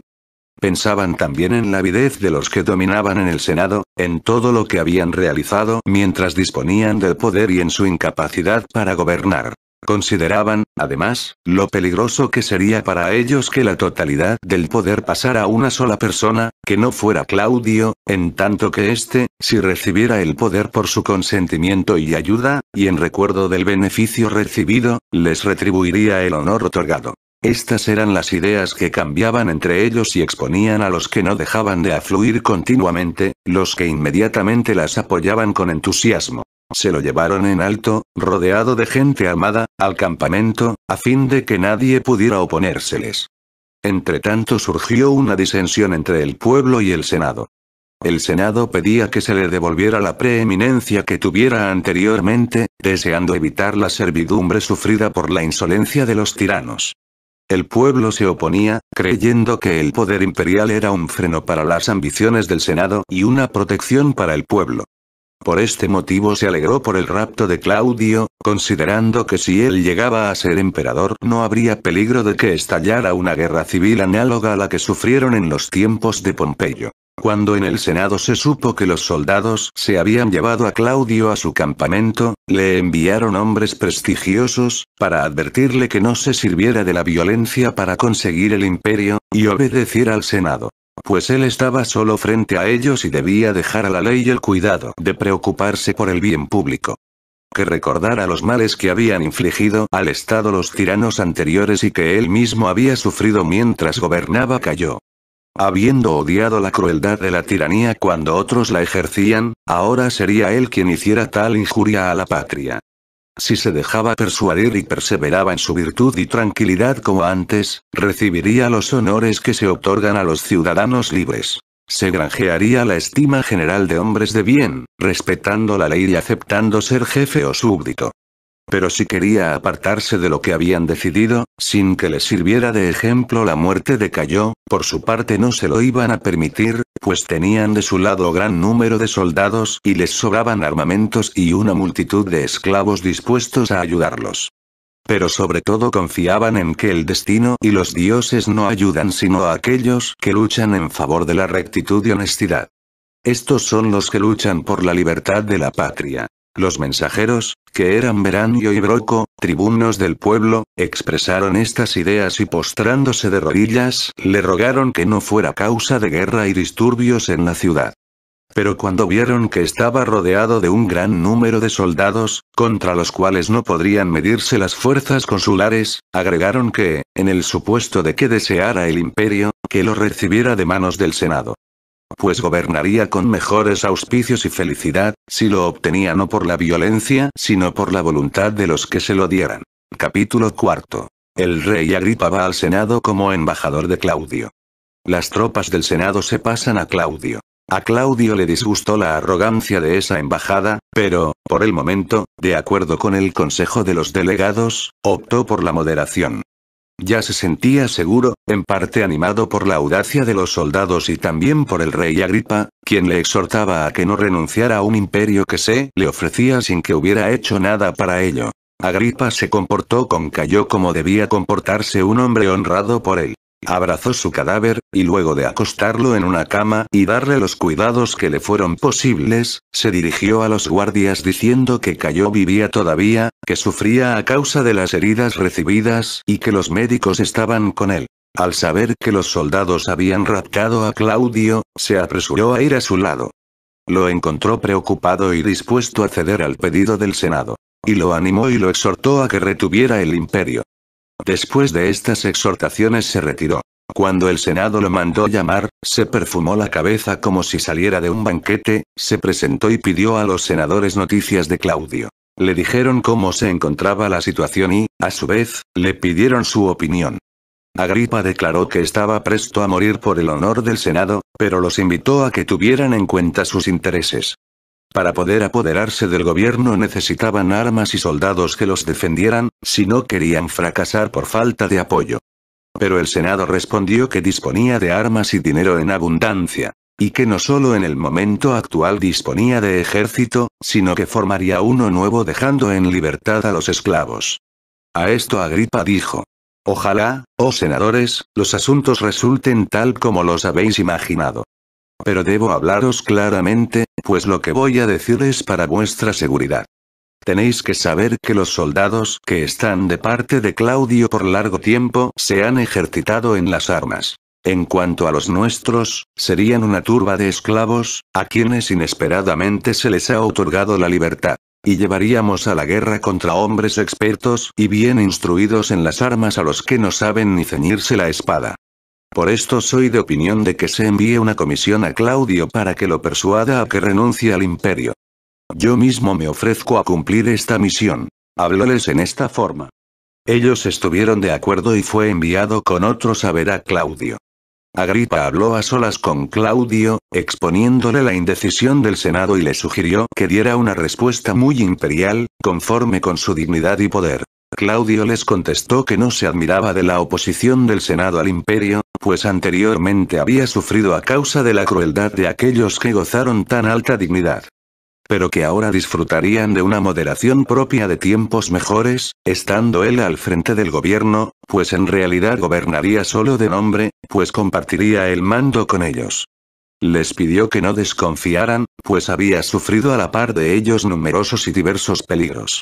Luego que los legados oyeron estas expresiones se retiraron. Claudio reunió al ejército a su alrededor. Lo arengó y recibió el juramento de fidelidad debido a su persona. Dio a sus guardias personales 5.000 dracmas por cabeza, una suma en proporción a sus jefes, y prometió que trataría de igual modo al resto del ejército en todas partes. Los cónsules convocaron al Senado en el templo de Júpiter Estator, vencedor, siendo todavía de noche. Algunos de ellos se ocultaron en la ciudad, vacilando por lo que habían oído. Otros se retiraron a sus propiedades del campo, a la expectativa de lo que iba a pasar, pues desesperaban de que pudiera lograrse la libertad. Consideraban que era más seguro vivir en servidumbre una existencia libre de peligros, que exponerse a morir por la dignidad de la patria. Se reunieron unos 100, a lo sumo. Mientras estaban deliberando sobre los problemas, se elevó repentinamente un clamor de los soldados que estaban de su parte, exigiendo que el Senado eligiera un emperador perito en el arte militar, y afirmando que no iban a permitir que el imperio se destruyera por caer el mando en poder de muchos. Querían dejar claramente establecido que estaban dispuestos a obedecer no a muchos, sino a uno solo. Pero dejaban en manos del Senado la tarea de decidir quién era digno de tal autoridad. En esta forma el Senado quedó mucho más inquieto, viendo que fracasaba su intento de república y temerosos de Claudio. Había algunos que aspiraban al imperio por razón de la nobleza de su nacimiento o de sus alianzas. Entre estos estaba Marco Minuciano, ilustre por su nobleza, y que se había casado con Julia, hermana de Cayo y que estaba dispuesto a ocupar el trono. Pero los cónsules lo resistieron con varios pretextos. Valerio Asiático se vio impedido por Minuciano, uno de los matadores de Cayo, a soñar en tales proyectos. Habría habido una gran matanza, como nunca se había visto, si se hubiera permitido contender con Claudio a aquellos que aspiraban al poder. Había una cantidad importante de gladiadores, de soldados de la Guardia Nocturna de Roma, y numerosos remeros que confluían a la ciudad, de manera que los aspirantes al imperio renunciaron a su propósito. Los unos por miedo a lo que podía acontecerles y los otros por lo que podía pasar a la ciudad. En cuanto se hizo de día llegaron al Senado Cerea y sus compañeros, quienes trataron de arengar a los soldados. Cuando estos vieron que con la mano les hacían señas de silencio, para que pudieran hablar, empezaron a agitarse. No toleraron que les hablaran, pues todos estaban de acuerdo en querer someterse al gobierno de uno solo. Solo querían un emperador, y que éste les fuera dado sin demora. El Senado se preguntaba cómo gobernaría o cómo sería gobernado. Los soldados desconocían su autoridad y los matadores de Cayo no estaban dispuestos a supeditar el orden a la insolencia militar. Estando los asuntos en esta situación, Cerea, encendido de ira, al ver que exigían un emperador, prometió que se lo iba a dar, con tal de que alguien le trajera el santo y seña de Éutico. Este Éutico era un cochero de la facción llamada Prasina, fidelísimo a Cayo, encargado de atormentar a los soldados, imponiéndoles tareas degradantes en las caballerizas imperiales. Este fue el reproche que Cerea les hizo, entre otros de la misma índole. Les dijo también que les traería la cabeza de Claudio, pues era extraño que quisieran entregar el imperio a la imbecilidad, después de haberlo entregado a la locura. Pero los soldados no se conturbaron en lo más mínimo. Desenvainando las espadas y levantando sus insignias, se dirigieron precipitadamente a donde se hallaba Claudio, para juntarse con aquellos que le habían jurado fidelidad. Es así como el Senado fue abandonado por los que lo defendían, y los cónsules reducidos a la condición de particulares. Estaban consternados y tristes, ignorando lo que les acontecería a consecuencia de la irritación de Claudio contra ellos, acusándose unos a otros y arrepentidos de lo acontecido. Entonces Sabino, uno de los matadores de Cayo, adelantándose al centro, dijo que antes estaba dispuesto a matarse que permitir que Claudio fuera emperador y contemplar a la ciudad reducida nuevamente a la servidumbre. Increpó a Cerea, por su apego a la vida, él que fuera el primero en odiar a Cayo, pues no era posible que de esta manera se restituyera la libertad a la patria.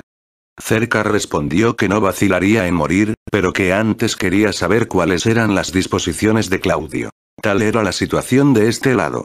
En el campamento todos se apresuraban a rendir homenaje a Claudio. Los soldados consideraron a Pomponio culpable especialmente por haber inducido al Senado a la libertad, y se dirigieron al Senado contra él con las espadas desenvainadas. Habría habido una gran matanza, si Claudio no se opusiera. Libró al cónsul del peligro en que se encontraba y le ordenó que se sentara a su lado. Pero los senadores que estaban con Quinto no obtuvieron el mismo honor. Algunos incluso recibieron golpes, mientras se dirigían a saludar a Claudio. Aponio se alejó herido, y todos se encontraron en peligro. Entonces Agripa se acercó a Claudio y le pidió que tratara con mayor moderación a los senadores. Pues si maltrataba al Senado, no llegaría a dominarlo. Claudio aceptó el consejo y convocó al Senado al palacio, a donde se hizo trasladar atravesando la ciudad, en medio de los excesos de la plebe. Los primeros de los matadores de Cayo que se presentaron en público fueron Cerea y Sabino, a pesar de que se les había prohibido por orden de Polión, recientemente encargado por Claudio de la prefectura del pretorio. Una vez Claudio en el palacio, convocó a sus amigos y les hizo votar en lo referente a Cerea. Estos dijeron que el crimen había sido un acto brillante, pero acusaron a Cerea de perfidia. Encontraron conveniente castigarlo para atemorizar a la posteridad. Lo condenaron a muerte a él, a Lupo y a muchos otros romanos. Se dice que Cerea sufrió la muerte con ánimo valeroso, sin que se le mudara la expresión del rostro, y reprochó a Lupo que llorara. Como Lupo, habiéndose despojado de sus vestidos, se lamentó de que tenía frío, le dijo que el frío no era por lo común adverso al temperamento de los lobos, lupón en latín. Los siguió al lugar de la muerte una gran multitud de hombres. Una vez allí, Cerea preguntó al soldado si estaba ejercitado en el arte de matar o si era la primera vez que utilizaba la espada. Se hizo traer aquella con la cual había dado muerte a Cayo. Tuvo la suerte de morir de un solo golpe. Lupo no murió de la misma manera, sino que recibió repetidos golpes, por la vacilación con que tendió la garganta. Algunos días después, en oportunidad de los sacrificios expiatorios ofrecidos a los males, el pueblo romano, que hacía ofrendas a los muertos, honró también a Cerea con una parte de las víctimas que arrojaron al fuego, pidiéndole que les fuera propicio y que no les guardara rencor a causa de su ingratitud. Este fue el fin de Cerea. Sabino no solo fue absuelto por Claudio, sino que le permitió mantener la prefectura que antes tenía. Pero considerando inicuo apartarse del juramento que diera a los conjurados, se mató arrojándose sobre su espada, que le penetró en el cuerpo hasta la empuñadura. Capítulo 5. Claudio entrega a Agripa el reino de su abuelo, agregándole la tetrarquía de Lisanías. Misivas de Claudio concernientes a los judíos de Alejandría y del resto del imperio.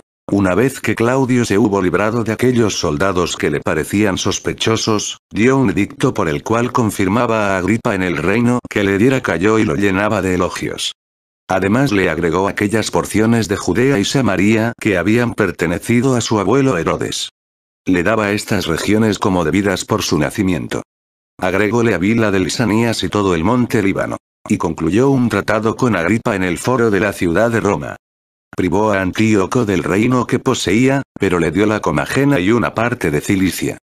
Además puso en libertad a Alejandro Lisímaco, el Alabarca, uno de sus viejos amigos, que fuera intendente de su madre Antonia y que Cayo, irritado, había hecho encadenar.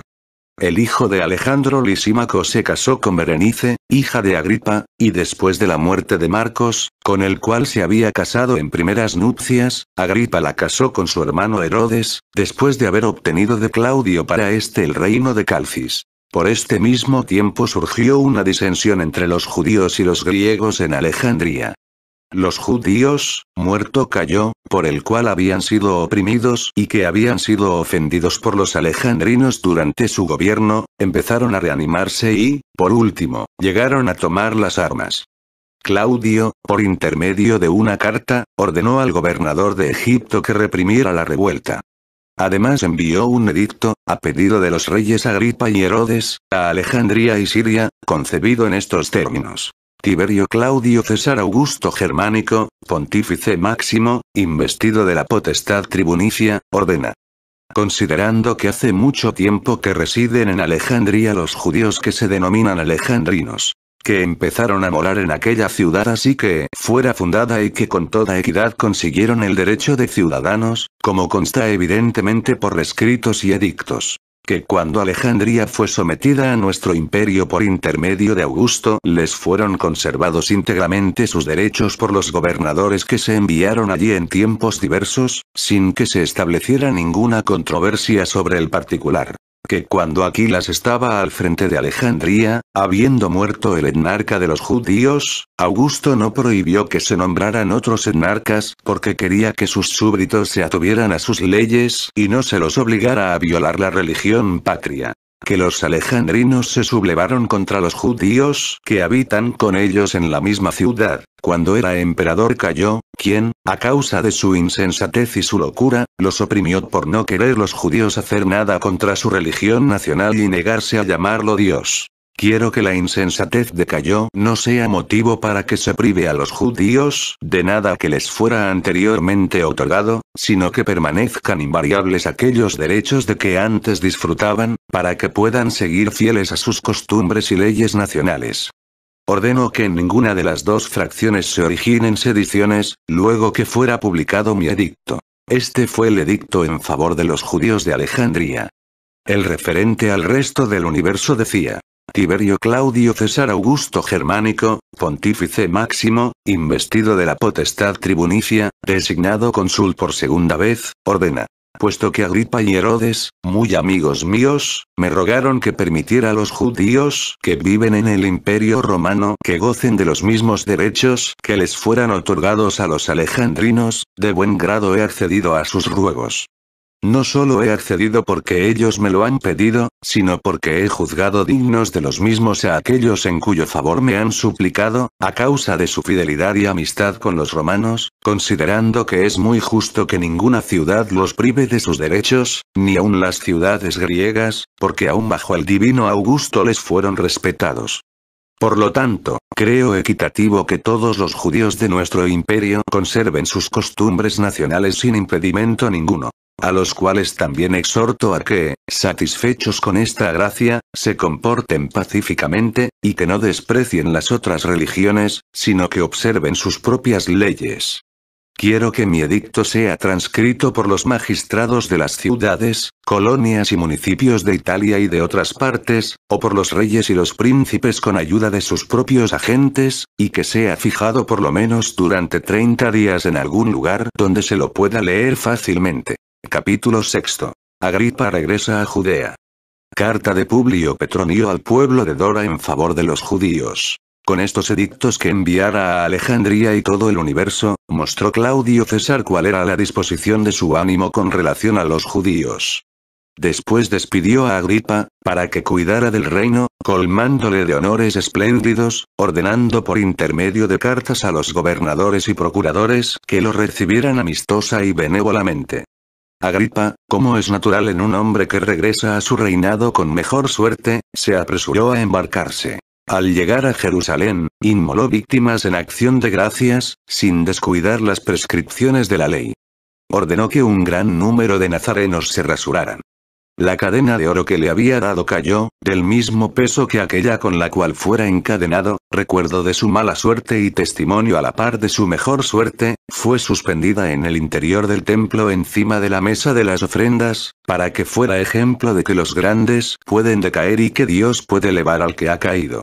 Efectivamente, la ofrenda de la cadena mostraba a todos que había sido puesto en prisión por un motivo insignificante, perdiendo su dignidad anterior, y que poco después había sido librado de estas cadenas para otorgársele una dignidad más brillante. Esto daba a comprender a los hombres que los más encumbrados fácilmente podían caer, mientras que los humillados podían ser elevados a las más altas dignidades. Luego de haber cumplido en debida forma lo perteneciente al culto de Dios, Agripa removió de la dignidad de sumo sacerdote a Teófilo hijo de Anán, y puso en su lugar a Simón hijo de Boet, por sobrenombre Cantera. Simón tenía 2 hermanos. Su padre era Boet, cuya hija se había casado con el rey Herodes, como antes dijimos. Simón obtuvo el pontificado lo mismo que sus hermanos y el padre, como anteriormente los 3 hijos de Simón hijo de Onías bajo el dominio de los macedonios, como lo hemos narrado en los libros precedentes. Cuando Agripa hubo organizado el pontificado, recompensó a los de Jerusalén por el afecto que le tenían. Los eximió del tributo que estaban obligados a pagar por cada hogar, pues consideraba equitativo retribuir su afecto y benevolencia. Designó a Silas prefecto de todas las tropas. Había sido compañero y partícipe de sus trabajos. Poco después los jóvenes de Dora, prefiriendo la audacia a la santidad, por naturaleza muy temerarios, colocaron la estatua del César en la sinagoga de los judíos. Esto irritó mucho a Agripa, pues lo que habían hecho equivalía a la destrucción de la ley patria. Sin demora se dirigió a Publio Petronio, entonces gobernador de Siria, formulando una acusación contra los habitantes de Dora. Por su parte Petronio también condenó este crimen, pues consideraba como tal todo lo que se hacía en contra de las leyes. Escribió ásperamente a los principales de Dora estas palabras. Publio Petronio, legado de Tiberio Claudio César Augusto Germánico, ordena a los magistrados de Dora. Algunos de los vuestros han llegado a un grado tal de insolencia que al edicto dado por Claudio César Augusto Germánico, por el cual se permite a los judíos vivir de acuerdo con sus leyes, no le han dado cumplimiento, impidiendo en cambio que los judíos celebren sus reuniones, al colocar en su sinagoga a la estatua del César. Habéis obrado mal, no solo contra los judíos, sino contra el emperador, cuya estatua es justo que se coloque en su propio templo y no en otro, y sobre todo en plena sinagoga, pues es propio de la justicia natural que cada cual sea dueño de su propio lugar, según ordenó el César. Sería ridículo que recordara mis órdenes, después de que las diera el César, quien permitió a los judíos que observaran sus propias leyes y costumbres, y además dejó establecido que gocen de los mismos derechos ciudadanos que los griegos. Aquellos que se han atrevido a contravenir el edicto del César han excitado la indignación de aquellos que parece son sus jefes, puesto que estos los descalifican al declarar que el acto no procede de su inspiración, sino que es el resultado de una manifestación popular. Ordeno que me los envíen por intermedio del centurión Vitelio Próculo para que me den razón de su conducta. Ordeno a los primeros magistrados que indiquen cuáles son los culpables, a no ser que quieran pasar como cómplices del acto, procurando que esto no dé lugar a ninguna agitación, pues parece que es a esto a lo que se aspira con tales hechos. Mi mayor preocupación, y también la del rey Agripa, a quien aprecio en gran manera, es que no se ofrezca motivo a los judíos para que se reúnan con el pretexto de defenderse, dando lugar a un insensato tumulto. A fin de que conozcáis mejor el pensamiento del César sobre todo este asunto, adjunto los edictos publicados en Alejandría, los cuales, a pesar de que son ya conocidos de todos, han sido leídos en mi tribunal por mi gran amigo el rey Agripa, al pedir que se mantuvieran a los judíos los favores otorgados por Augusto. Por lo tanto ordeno que, en adelante, no busquéis pretexto para sediciones y tumultos, sino que cada uno sea libre de adorar a Dios de acuerdo con sus costumbres y sus ritos. De manera que Petronio dispuso que aquello en que se había obrado mal, se corrigiera y que, en adelante, no se molestara a los judíos. Por entonces el rey Agripa, luego de privar del pontificado a Simón Cantera, se lo quiso devolver a Jonatán hijo de Amán, pensando que éste era más digno de tal honor. Pero él no lo aceptó, rehusándolo en los siguientes términos. Me alegro, oh rey, que quieras honrarme, y el honor que me otorgas me toca al corazón, aunque Dios me haya considerado indigno del pontificado. Creo suficiente haber vestido por una sola vez las vestiduras sagradas. Pues entonces, cuando las vestí, era más santo de lo que soy en la actualidad. Pero si tú quieres que las reciba alguien más digno que yo, permite que te dé un consejo. Tengo un hermano libre de toda falta contra Dios y contra ti. Este es el que te recomiendo, pues es digno de la función. Satisfecho el rey por estas palabras, estuvo de acuerdo con el consejo de Jonatán y entregó el pontificado a su hermano Matías. Poco tiempo después Marso sucedió a Petronio en el gobierno de Siria. Capítulo 7. Agripa comienza a restaurar los muros de Jerusalén. Su muerte interrumpe las obras. Silas, prefecto de las tropas del rey, fue fiel a Agripa en todas las vicisitudes, sin abandonarlo en ningún peligro, y exponiéndose frecuentemente a los mayores peligros. Gozaba de gran confianza, suponiendo que mereciese honores que fueran similares a la constancia de su amistad. Por esto se conducía con el rey como con un igual, hablaba con gran libertad, usaba de una molesta insolencia en los coloquios familiares, vanagloriándose en exceso, recordando con frecuencia las adversidades del destino, para destacar todo lo que había hecho por él. Por estos abusos, parecía querer poner a prueba al rey, llegando a cansarlo con su libertad desenfrenada. Resulta desagradable recordar los tiempos penosos, y es propio del imprudente repetir de continuo cuántos y cuáles han sido los beneficios que prestó. Al final Silas irritó de tal manera al rey que éste, atento más a la ira que a la razón, no solo le quitó la prefectura del ejército, sino que lo hizo encadenar para desterrarlo a su país. Con el tiempo se mitigó su indignación, y juzgando más razonablemente adoptó una mejor decisión, considerando lo mucho que el hombre había sufrido por él. Al celebrar el día de su nacimiento, en el cual todos los que estaban bajo su gobierno hacían alegres banquetes, hizo llamar antes que a nadie a Silas, para que comiera con él. Pero Silas, de carácter independiente, creyendo tener un motivo justo de resentimiento, no lo ocultó a aquellos que fueron a buscarlo. ¿A qué honor me invita el rey?, dijo, para hacérmelo perder enseguida. No pudo mantener mucho tiempo los premios que me había otorgado al afecto que siempre le manifesté, y que me privó de ellos ignominiosamente. ¿Cree que he perdido la libertad de hablar? Puesto que soy plenamente consciente de ello, ahora más que nunca, hablaré para proclamar las calamidades de que lo libré y los trabajos que sufrí por su seguridad y dignidad. Por todos estos beneficios, ahora me ha recompensado con cadenas y con una cárcel oscura. Nunca lo olvidaré. Más todavía, cuando me vea libre de esta vida, mi alma guardará el recuerdo de mi valentía. Gritó estas palabras y dijo que se las contaran al rey. Este, viendo su carácter intratable, lo dejó de nuevo en la cárcel. Por aquel entonces Agripa estaba haciendo reforzar los muros de Jerusalén, los que miran hacia la ciudad nueva, de cuenta del Estado, dándoles mayor altura y longitud. Los habría hecho inexpugnables contra toda fuerza humana, si Marso, gobernador de Siria, por intermedio de cartas, no informara a Claudio César de esta empresa. Claudio, temiendo que se produjera alguna revuelta, ordenó a Agripa que desistiera de reforzar los muros. Y el rey no quiso desobedecer. Este rey tenía un carácter tal que le gustaba ser benéfico y deseaba en su liberalidad conquistarse al pueblo, reposando su renombre en la generosidad de sus gastos. Gustaba dar, lo que le proporcionaba satisfacción y elogios de todos. Muy distinto a Herodes, que gobernó antes que él, por sus costumbres. Este se inclinaba a la venganza y era inexorable, sin observar moderación ninguna contra aquellos a quienes consideraba enemigos. Estaba mejor dispuesto con los griegos que con los judíos. Era muy pródigo con las ciudades de los extranjeros. A algunas les construyó baños y teatros, a otras, templos y pórticos. En cambio, no adornó ninguna ciudad de los judíos con el mínimo ornato o con alguna donación digna de recordarse. Agripa era de carácter apacible, siendo igualmente generoso con todos.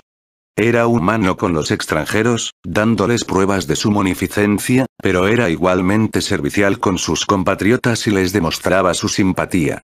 Por este motivo, de buen grado y frecuentemente vivía en Jerusalén, celoso guardián de las costumbres religiosas nacionales, de modo que en todo se conducía piadosamente. No dejaba pasar ni un día sin que ofreciera los sacrificios prescritos. Un nativo de Jerusalén, de nombre Simón, que tenía fama de ser conocedor de la ley, convocó al pueblo en una oportunidad en que el rey había ido a Cesarea. Atrevióse a denunciarlo como impuro y merecedor de que se le prohibiera la entrada en el templo, que solo pertenece a los nativos. El prefecto de la ciudad envió una carta al rey refiriéndole lo que Simón había dicho a la multitud. El rey lo hizo llamar, y haciéndolo sentar a su lado, pues se encontraba en el teatro, con voz pacífica y plácida le dijo: «Dime, ¿qué hay aquí que esté prohibido por la ley?». Sin atinar a contestar nada, el otro le pidió perdón. El rey lo perdonó, más allá de lo que haría cualquiera. Opinaba que era más propio de los reyes la clemencia que la ira y sabía que a los grandes varones les era más conveniente la moderación que el arrebatamiento. Dejó en libertad a Simón, después de haberle hecho algunos regalos. Construyó gran número de edificios en varios lugares, pero honró a los de Berrito de manera particular. Efectivamente, les hizo construir un teatro que, por su elegancia y hermosura, superaba a muchos otros, así como también un anfiteatro suntuoso y magnífico. A esto agréguense baños y pórticos. No reparaba en gastos con tal de que pudiera contribuir al esplendor y magnitud. Organizó en el teatro espectáculos donde se ofrecieron obras musicales de toda índole y representaciones que proporcionaban verdadero placer. Mostró su generosidad en el número de gladiadores que hizo traer al anfiteatro en el cual, queriendo satisfacer a los espectadores con combates en masa, hizo luchar 2 conjuntos de 700 hombres cada uno. Con este fin designó a todos los criminales de que disponía, para castigarlos y convertir un espectáculo de guerra en una pacífica diversión. Hizo que tales hombres fueran muertos hasta el último. Capítulo 8. La conducta de Agripa durante los 3 años anteriores a su muerte. Celebrados los espectáculos que recordamos en el capítulo anterior, Agripa marchóse a la ciudad de Tiberíades, en Galilea. Era muy admirado por los demás reyes. Fueron a verlo Antíoco, rey de Comagena, Samsigerano, de los Emesos, Cotis que reinaba en la Armenia Menor, Polemón rey del Ponto y Herodes, su hermano, que gobernaba en Calcidía. Recibiólos a todos amistosamente y con gran alegría, de acuerdo con lo que convenía a la magnificencia de su ánimo, demostrando que no sin razón lo honraban con su presencia tantos reyes. Mientras ellos eran todavía sus huéspedes, se hizo presente Marso, gobernador de Siria. Para observar la reverencia debida a los romanos, Agripa se adelantó a recibir los 7 estadios antes de la ciudad. Sin embargo, esto tuvo que ser causa de disentimiento entre él y Marso. En su carro había llevado consigo a todos los demás reyes. Pero Marso tuvo sospechas de su concordia y al ver que estaban unidos por amistad, creyó que tal consenso no podía resultar sino en perjuicio de los romanos. Envió a ver a cada uno de ellos a algunos de sus íntimos, para ordenarles que sin demora regresaran a sus respectivos países. Se disgustó Agripa por ello, y desde entonces se distanció de Marso. Privó a Matías del pontificado y puso en su lugar a Elioneo, hijo de Cantera. Hacía 3 años que reinaba en toda Judea, cuando se dirigió a la ciudad de Cesarea, que anteriormente se llamaba la Torre de Estratón. Allí hizo celebrar espectáculos en honor del César, pues estaba informado de que se habían instituido días festivos para su salud. A esta festividad acudió un gran número de personas de toda la provincia, así como los más importantes dignatarios. En el segundo día de los espectáculos, cubierto con una vestidura admirablemente tejida de plata, se dirigió al teatro a primeras horas de la mañana. La plata, iluminada por los primeros rayos solares, resplandecía magníficamente, reluciendo y deslumbrando con aterradores reflejos a quienes lo miraban. Los aduladores comenzaron a lanzar exclamaciones que no eran nada buenas para Agripa, llamándolo Dios y diciéndole: «Senos propicio, y a pesar de que hasta ahora te hemos reverenciado como a un hombre, en adelante te contemplaremos como superior a la naturaleza mortal». El rey, sin embargo, no reprimió ni rechazó su adulación. Poco después, al levantar los ojos a lo alto, vio sobre su cabeza un búho encaramado sobre un cable. Diose cuenta de inmediato que su presencia le anunciaba males, así como anteriormente le había anunciado el bien. Y se afligió profundamente. Empezó a sentir dolores en el vientre, violentísimos desde el comienzo. Dirigiéndose a sus amigos les dijo: «He aquí que ahora yo, vuestro Dios, me veo obligado a salir de esta vida, pues el destino ha querido probar inmediatamente que eran mentira las palabras que se acaban de pronunciar. Yo, a quien habéis llamado inmortal, ya estoy en las manos de la muerte. Pero debemos obedecer al destino, cuando así le parece a Dios. No he llevado una vida despreciable, sino de esplendorosa felicidad». Después de decir estas palabras, su dolor se acrecentó. Se hizo llevar enseguida al palacio. Por la ciudad se esparció el rumor de que estaba a punto de morir. De pronto la gente del pueblo, con sus mujeres e hijos, revestidos de cilicios según la costumbre nacional, se pusieron a rogar a Dios. Por todas partes se oían lamentos y llantos. El rey, que yacía en un elevado solario, al verlos desde lo alto postrados de cara al suelo, no pudo reprimir las lágrimas. Finalmente, después de sufrir dolores abdominales durante 5 días continuos, murió, siendo de edad de 54 años y en el 7º de su reinado. Reinó 4 años siendo Cayo emperador, disfrutando por un trienio de la tetrarquía de Filipo. En el 4º se le agregó la tetrarquía de Herodes, gobernando durante los restantes 3 años bajo el imperio de Claudio sobre dichas regiones, y además Judea, Samaria y Cesarea. Obtenía grandes ingresos, 12 millones de dracmas. Sin embargo, vióse obligado a pedir prestado grandes cantidades, pues su generosidad era tan grande que iba más allá de lo que permitían sus ingresos, sin disminuir en nada su liberalidad. Antes de difundirse en el pueblo la noticia de que el rey había fallecido, Herodes, rey de Calcidía, y Elcias, prefecto y amigo del rey, de común acuerdo enviaron a Aristo, uno de sus más fieles servidores, y procuraron que se matara a Silas, del cual eran enemigos, como si fuera una orden del rey. Capítulo 9. Descendencia de Agripa. Desórdenes en Cesarea. Judea sometida a un procurador. Tal fue el fin de Agripa. Sus descendientes fueron Agripa, su hijo, de 17 años, y 3 hijas. Una de ellas, Berenice, de 16 años estaba casada con Herodes, su tío. Las otras 2 eran vírgenes, Mariana y Drusila, la primera de 10 años, y Drusila de 6. El padre las había desposado. A Mariana con Julio Arquelao, hijo de Celcías, y a Drusila con el hijo de Epífanes Antíoco, rey de Comagena. Cuando se supo que Agripa había muerto, los de Cesarea y Sebaste, olvidados de los beneficios que habían recibido de él, se comportaron como enemigos encarnizados. Propagaron calumnias inconvenientes sobre el muerto. Todos los soldados que se encontraban allí, que eran numerosos, invadieron la residencia real, se apoderaron de las estatuas de las hijas del rey y de común acuerdo las trasladaron a los lupanares donde, después de colocarlas en la terraza, cometieron con ellas actos demasiado indecorosos para ser relatados. En los lugares públicos celebraron banquetes populares, adornándose con coronas y perfumándose, ofreciendo libaciones a Carón y felicitándose mutuamente de que el rey hubiera fallecido. Con tal comportamiento se manifestaban desagradecidos no solamente con Agripa, sino también con su abuelo Herodes, que les había edificado la ciudad, haciendo construir pórticos y templos con magnificencia y esplendidez. El hijo de Agripa se encontraba a la sazón en Roma y se educaba cerca del César. Cuando el César supo que Agripa había muerto y que los de Cesarea y Sebaste lo habían vilipendiado, se lamentó de su fin y se indignó por la ingratitud de aquellos hombres. Fue su propósito enviar inmediatamente a su hijo Agripa para que lo sucediera en el reino, queriendo así cumplir la palabra que diera con juramento. Pero los libertos y los amigos que tenían mucha influencia con él, lo disuadieron, diciéndole que era peligroso entregar a un adolescente, que todavía no había salido de la infancia, un reino de tanta magnitud. Sería incapaz de cuidar de su administración, cuando incluso para un adulto resultaba un gran peso. Creyóles lo que le decían.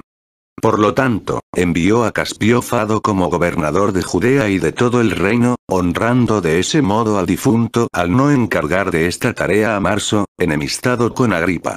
Ordenó a Fado, en primer lugar, que castigara a los de Cesarea y Sebaste por las injurias cometidas contra el difunto y las hijas, que todavía vivían. Y que enviara al Ponto, para acampar, al escuadrón formado con los habitantes de Cesarea y Sebaste, así como sus 5 cohortes, mientras que igual número de legionarios de Siria ocuparían su lugar.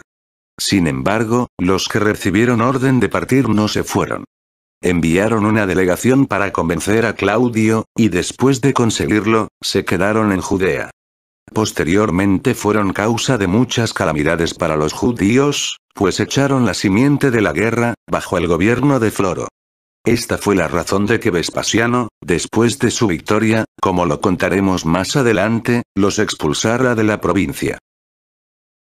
Libro 19. Comprende un lapso de 3 años y 6 meses. Capítulo 1.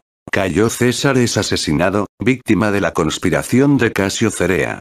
Cayo demostró su locura no solamente persiguiendo a los judíos de Jerusalén y las regiones vecinas, sino también desplegando su crueldad en todos los mares y tierras, a lo largo y a lo ancho del Imperio Romano, llenándolos de innumerables calamidades, sin igual en la historia. Fue principalmente en Roma donde sembró el terror con sus actos, pues no tuvo mayor respeto por ella que por las demás ciudades. Despojó y maltrató a sus habitantes, especialmente a los senadores y patricios y a aquellos que eran ilustres por sus antepasados. En particular persiguió a los caballeros, los cuales por su dignidad y poder financiero eran considerados por los ciudadanos iguales a los senadores, pues era con ellos con quienes se formaba el Senado. Cayo los degradó civilmente, los exiló, los condenó a muerte, les confiscó los bienes. Decía ser de origen divino y exigía que se le tributaran honores superiores a los humanos. En las visitas al templo de Júpiter, denominado el Capitolio, el más célebre de sus templos, se atrevió a denominarse hermano de Júpiter. No se abstuvo de ningún acto de locura.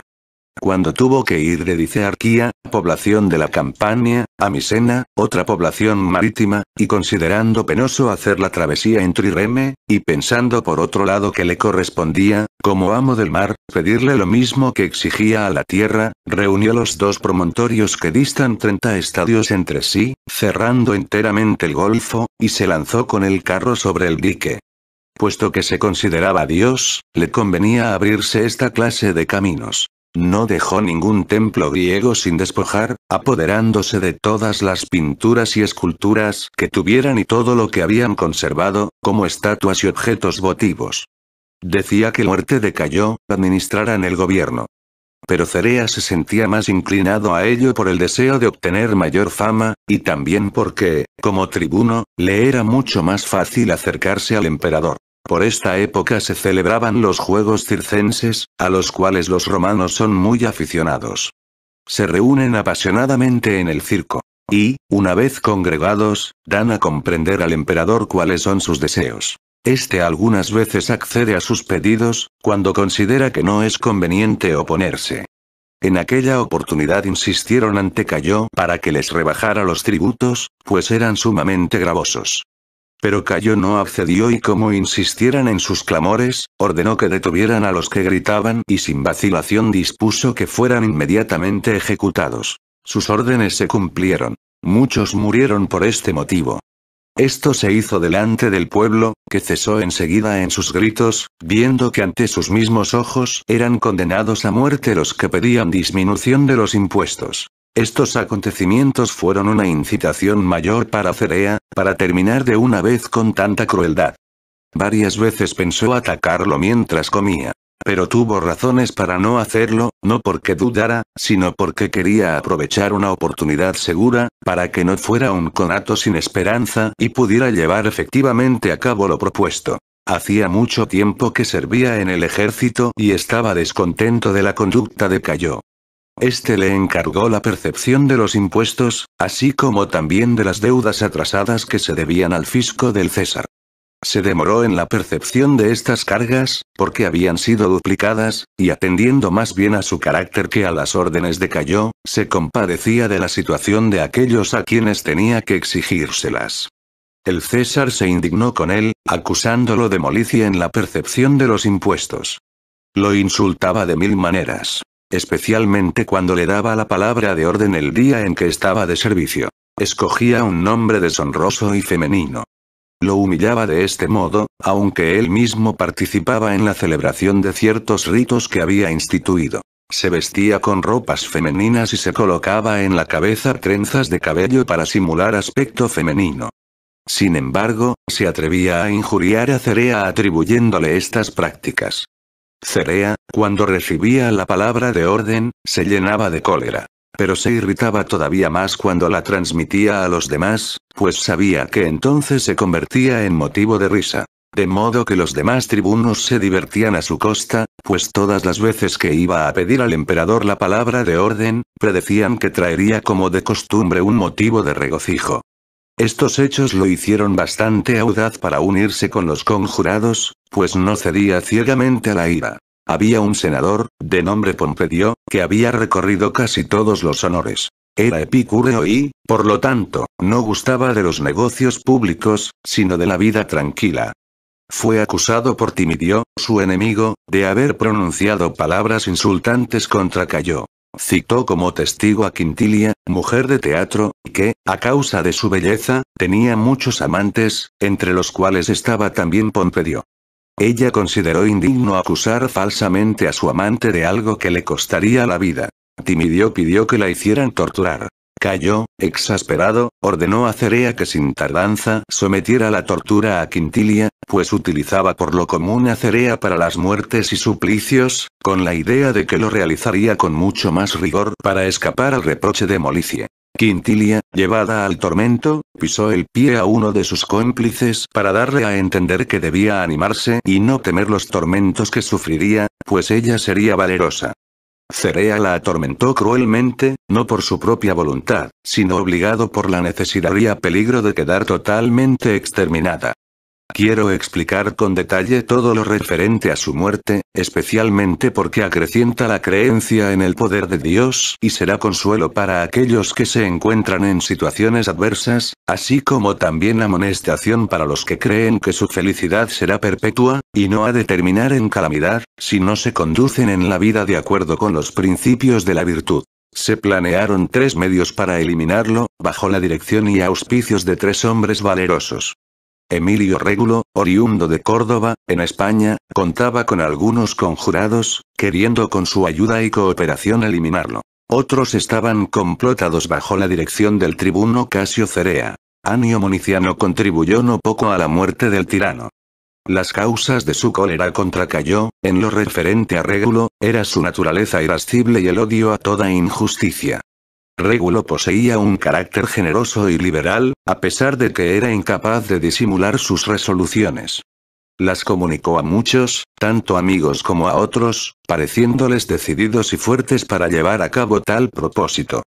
Minuciano en parte estaba con deseo de vengar a Lépido, muy amigo suyo y uno de los primeros ciudadanos a quien Cayo había asesinado, pero especialmente porque temía por sí mismo, pues Cayo se indignaba contra todos por igual hasta que los hacía morir. Cerea se sentía avergonzado diariamente por los reproches que Cayo le hacía de ser hombre negligente, y puesto que todos los días corría peligro precisamente a causa de su amistad y celo, daba por supuesto que la muerte de Cayo era un acto propio de un hombre libre. Se dice que todos examinaron en conjunto sus planes, porque todos estaban igualmente amenazados por las violencias de Cayo, y querían eludirlas, eliminando a Cayo. En caso de obtener éxito, sería conveniente que tales hombres, para afirmar la seguridad del Estado, asumieran el poder y, luego de las cosas hermosas no tenían que colocarse sino en el lugar más hermoso, y este era la ciudad de Roma. Con estos objetos adornó su palacio y sus jardines y otros lugares de diversión de que disponía en Italia. Es así como se atrevió a ordenar el traslado a Roma del Júpiter olímpico venerado por los griegos, obra del ateniense Fidias. Pero no pudo llevarse a cabo porque los arquitectos informaron a Menio Régulo, a quien se le había encargado el traslado, que el simulacro se rompería si lo movían de su lugar. Se dice que por esto, como también por algunos otros prodigios increíbles, Menio dio largas al asunto. Escribió a Cayo, excusándose de no poder cumplir sus órdenes. Se encontró en grave peligro de perder la vida, pero se libró porque Cayo murió antes de matarlo. La locura de Cayo llegó a extremos tales que, habiéndole nacido una hija, la llevó al Capitolio y la puso en las rodillas de la imagen, afirmando que era hija en común de él y de Júpiter. La niña tenía 2 padres, sin que se pudiera determinar cuál de los 2 era más grande.